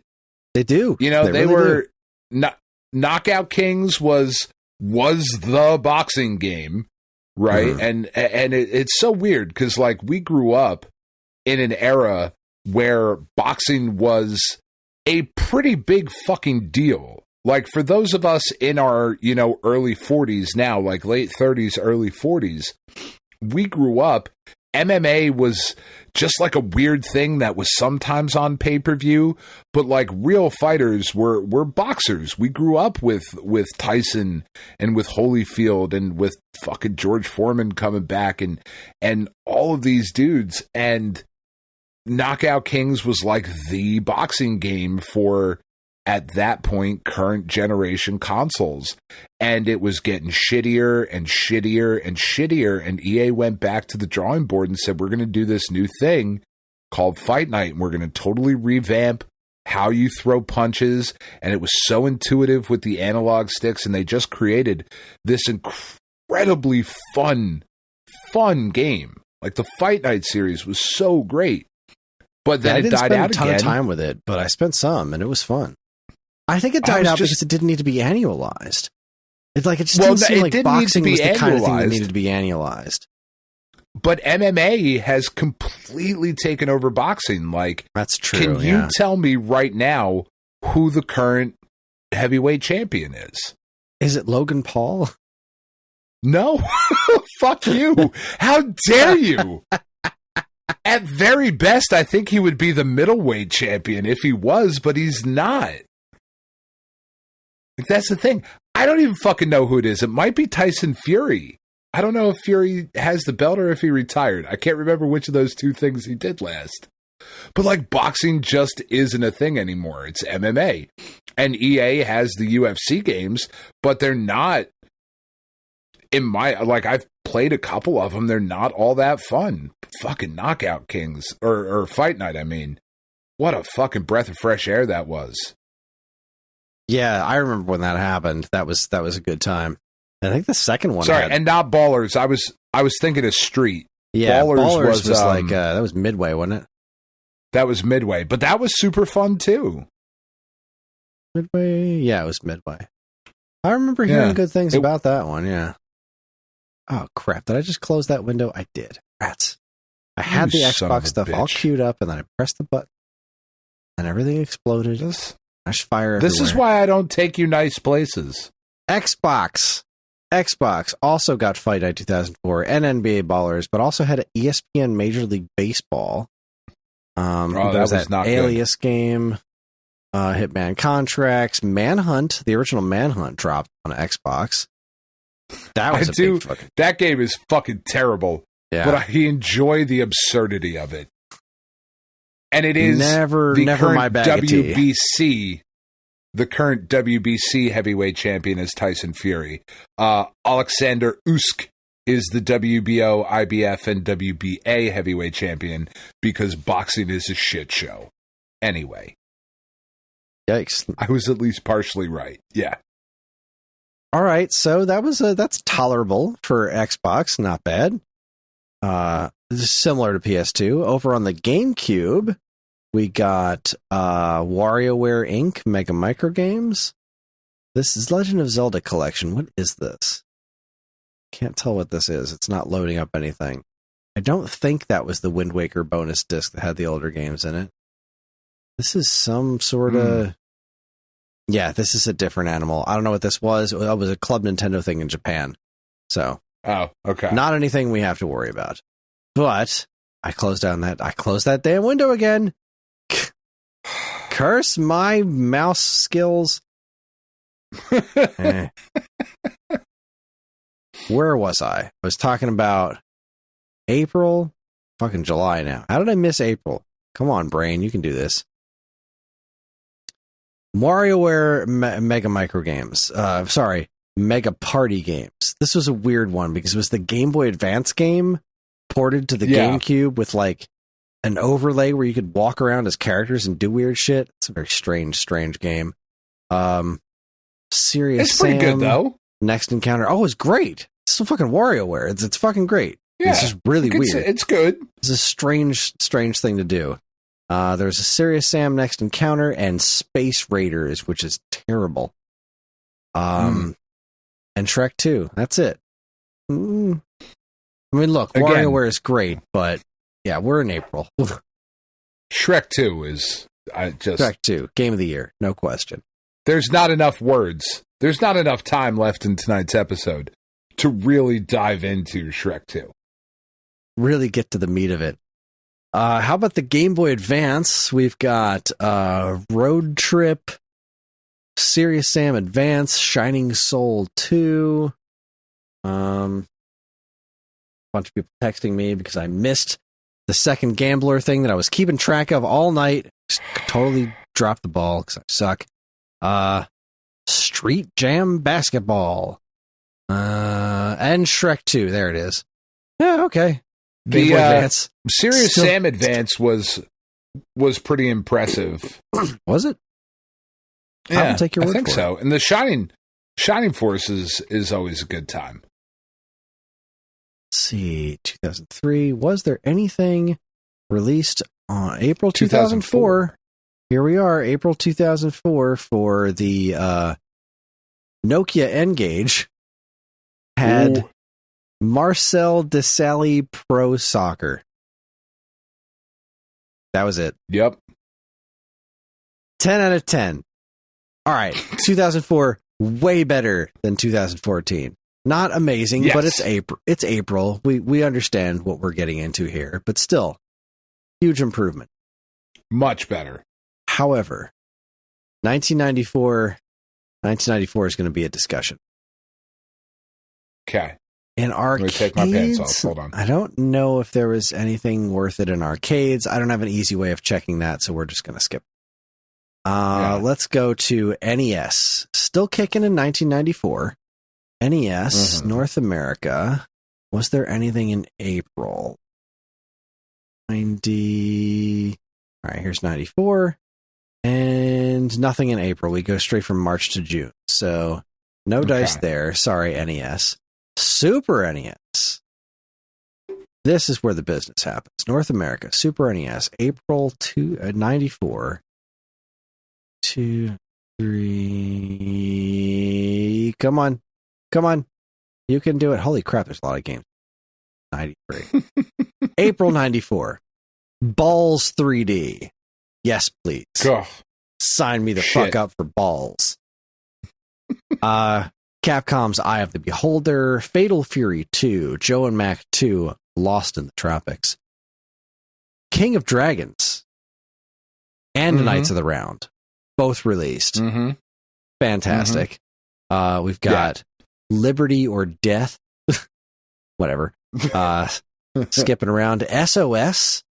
I have this game and I have yet to try this out. I got it in one of those big collections. It's from Vic Tokai. It's like this surviving on a ship game that's very interesting. Let's see. Ultima 6, The False Prophet was ported to Super Nintendo. Wizardry 5, Mega Man Soccer. Such a weird freaking game. I'm going to skip that for now. I'm going to save that for last. We got Bebe's Kids. Remember Bebe's Kids? That had a game. Oh, I fucking love that movie. I don't know if the game's any good. I do love that movie, though. But April 18th, 1994 was the U.S. release date for Super Metroid. Shit. Awful game. Throw it in the fire. Yeah, it's garbage. Honest to God, one of the best games I've ever played in my life. I can't say enough good things about it. That's, I mean, look, it was already a pretty decent month. Like, yeah, you got your weird shit like Liberty or Death and SOS. You've got Knights of the Round and King of the Dragons. Joe and Mac 2 is pretty solid. Fucking good. Eye of the Beholder is pretty solid. I never liked the Joe and Mac games. I'm not a huge fan, but I understand. I understand that they're solid. I understand the draw is where I would say. And then you have the weird shit of Mega Man Soccer. Like, what the hell is that? But yeah, Super Metroid. Whew, that's a tough one to beat. Yeah, it's a pretty fucking good game. So I guess the question is, good. What was the competition up to in April of 1994? What was the Sega Genesis doing to compete with the likes of Super Metroid? And it looks like it was also a fairly banner month on the Genesis as well. We've got Barkley Shut Up and Jam, Double Dribble the Playoff Edition, NBA Action 94, Pete Sampras Tennis, RBI Baseball 94, Streets of Rage 3. Oh, so probably my good. least favorite of the Streets of Rage games, but still pretty damn good. Still great, yeah. Subterranea was a pretty cool game. Adventures of Rocky and Bullwinkle, ESPN Baseball Tonight. Oh no, actually we're out of April already. Rocky and Bullwinkle. Oh shit, April was actually a pretty small month on Genesis. Yeah. Streets of Rage 3 is a pretty really big deal. It's not a this is not like a bad month. as far as like console exclusive, this is why you have a Genesis for shit like Streets of Rage. Yeah, Streets of Rage 3 is yeah. I think I'd probably agree with you. I might put the first one below 3. I don't know. I really haven't played them back to back like that. The soundtrack bothers me in 3, and I have a huge nostalgic connection to the first Streets of Rage, and I have no nostalgic connection to 3. So, I mean, 2 I think is still the pinnacle of like that era. 4 is I can get behind that. Fucking incredible, but that's not fair. No, yeah. But 3, like, again, if you had a Genesis, like, and you were looking for something to hang your hat on, you could do worse than Streets of Rage 3. I concur. Great month for the Genesis. Not quite Super Metroid. It's not Super Metroid, though. It's not Super Metroid like that. No, but nothing is. That is just a pretty good game. Sega CD. Oh, Mortal Kombat. The first Mortal Kombat came out on Sega CD in April 94. That was about it. There's the Sega CD for you. Every now and then, a game comes out for it. Let's see. Did anything drop on Turbo CD in April 94? We've got, Super Air Zonk came out on... Super Air Zonk's so fun. Yeah, that's a pretty solid game right there. That's it for Turbo until August. Goodness gracious. Yeah. That is one of the franchises that I am consistently surprised has never made a comeback anywhere. Yeah, I'm surprised nobody's really trying to do that. They were really solid games, really charming. Eventually they kind of made their way everywhere. And I think just kind of got lost, like, in the shuffle of, here are all the platformers, and what's this? Oh, this is the one from that other system, Let's see. Over on the fucking cool though. The Neo Geo had Windjammers and Karnov's Revenge. Windjammers is so fun. I have not played that, and I really should. Karnov's Revenge, though. It's a fighting game? It's a fighting game, huh? Yeah. I have next to no memories of Karnov's Revenge. Yeah, that's not a thing that really jumps out of my brain. But it is not, like, in the pantheon of Neo Geo fighters, of which there are some truly incredible fucking fighting games. Karnov's Revenge does not jump up on the list for me. I don't know that it's bad. Like, I can't go so far as to say that it's not a good game, but Mark of the Wolves, it is not. Over on the 3DO, it looks like there was a game. We had Twisted the Game Show. I remember this existing. I don't know anything about it. It's a 3DO exclusive. I've seen it. I might even own it. Who knows? 3DO is and will forever remain just a gigantic blind spot in my video game knowledge. It is a platform. I am okay with that. That is a platform that is the not games were shit I released need to on. know. Yep. I am fascinated by the system, but really I can't recommend anything for it. How about the Game Boy? The Game Boy still kicking. In 1994, April 94, we've got Lamborghini American Challenge, Sports Illustrated for Kids, Super Battle Tank, War in the Gulf, and that's it. 3 Game Boy games. Nice. Makes me sad. Sports Yeah. Illustrated is no longer being published, I think. Oh, Like, as of a month or two ago, I think the company that owned them, like, sold it off or ceased production, and it's just, I was just such, like, a fabric of our youth, you know? And just, right. Magazines were so cool. You'd get a They thing in were, the but mail, just, and then like, you'd have a physical thing that to read brand. and then burn. Yeah, Sports that Illustrated. swimsuit issue. Let's not bury the lead here, Chris. It's an important part of a lot of young men's lives. It really fucking was. It really was. And a lot of young ladies, you fucking sexist pig. Can only speak from personal experience. Last but not least, over on the Game Gear, we had Choplifter 3 and Pinball Dreams. So, okay. I like the 1994. Choplifter games. The big ones, Genesis Yeah. and Super NES, both had solid, really, really solid months. Yeah. So, yeah, 1994 was good stuff. Let's 94, close these definitely out. the clear winner at this point. Yeah, I don't know that anything in Like, 1980 I like Fight Night. Is 1984 going to beat Super Metroid? I don't think so, but I doubt it. let's see. In 1984, what was going on in 1984? Nothing interesting in arcades, as far as I can tell. April 1984 for the Atari 2600. Let's go. 1984. Let's see. January, March, spring. Wow. Okay. Oh, there's April. Okay, April. Crystal Castles March, and spring. Taz. And I guess I'll just throw these other spring ones in. Robin Hood, Sir Lancelot, and Tomark the Barbarian. Oh, I love Tomark. Big Tomark guy. I never played Taz. The Ferg's episode on Taz was pretty interesting. Sounds like an interesting game. Yeah. And I never got into Crystal Castles. And I don't know any of the rest of these games on 2600.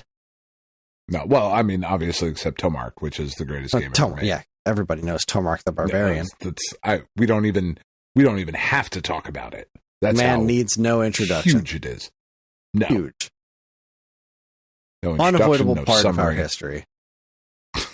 I don't know that I've ever even fucking seen that game. Yeah, I got nothing at all. Speaking of nothing at all, there were no Intellivision releases. How about Atari Thank 5200? God. Did the 5200? 1984, February, March, skips right over April and goes into May. So we got nothing on Atari 5200. What about the ColecoVision? How about the old ColecoVision? It's not looking good. Nope, not looking good.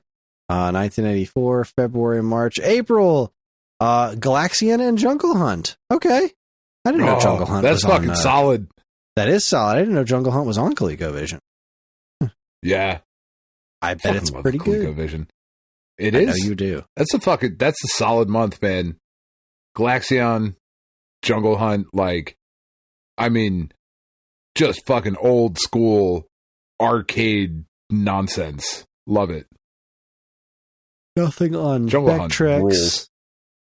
And I'm going to say nothing worthwhile in Game & Watch either that I can see immediately. Wow. Yeah. Yeah. 1984. That's it. Whole lot of nothing. Whole lot of nothing. Wow. This was a brutal one. 1994. Yeah, far and away the winner. Yeah. But 2014, 2004, 1984, not great months on any of those. The drizzling shits, as they say. As they say. And with those drizzling shits, we're going to call it quits. going to call it a night. I'm going to get myself into bed and get up super early to buy a record, or at least try to. And you might as well just drive there now. Just fucking sleep in the parking lot. Sleep in the parking lot. If I could sleep comfortably in my car, I would. That is our show. Join us next time for the SAG Cartoon Express. Choo choo, motherfuckers. The two of us and Dean will be watching this. Wow, that was very aggressive. It is. I am feeling very aggressive right now, Dan. We're going to be watching and discussing Sonic the Hedgehog Season 2, Episode 3, No Brainer. Jaleel White returning again for 2 months. Will we have a third Sonic episode in a row? We better fucking not. You better respin that shit. Nobody will know. If we do, I'm going to respin it. Yeah. Not doing Sonic 3 months in a row. There's so many other shows to get to. But yes, we're on most social media platforms. And if you want to get in touch with us, we aren't very difficult to find. All it takes is a quick look at our show notes, and you'll see links to our social media accounts, as well as all manner of other fun stuff, like a link to our namesake, StoneAgeGamer.com, and more useful links than you can shake a joystick at. If you'd like to get early access to this show's episodes, as well as a bevy of other shows on the Geekade Podcast Network, check out our Patreon, also linked to in the show notes. It helps keep this show running week after week, and all our patrons are loved and appreciated. This show's theme song, Squared Roots, was written by banjo guy Ollie. You can learn all about his wonderful music and more by following the link to his YouTube channel, also in the show notes. And finally, as always, we'd like to thank our intrepid editor, Evan, for making the show listenable for all you folks. We'd like to thank all you folks for listening in the first place. That's it, everybody. On behalf of Dan and myself, keep playing games.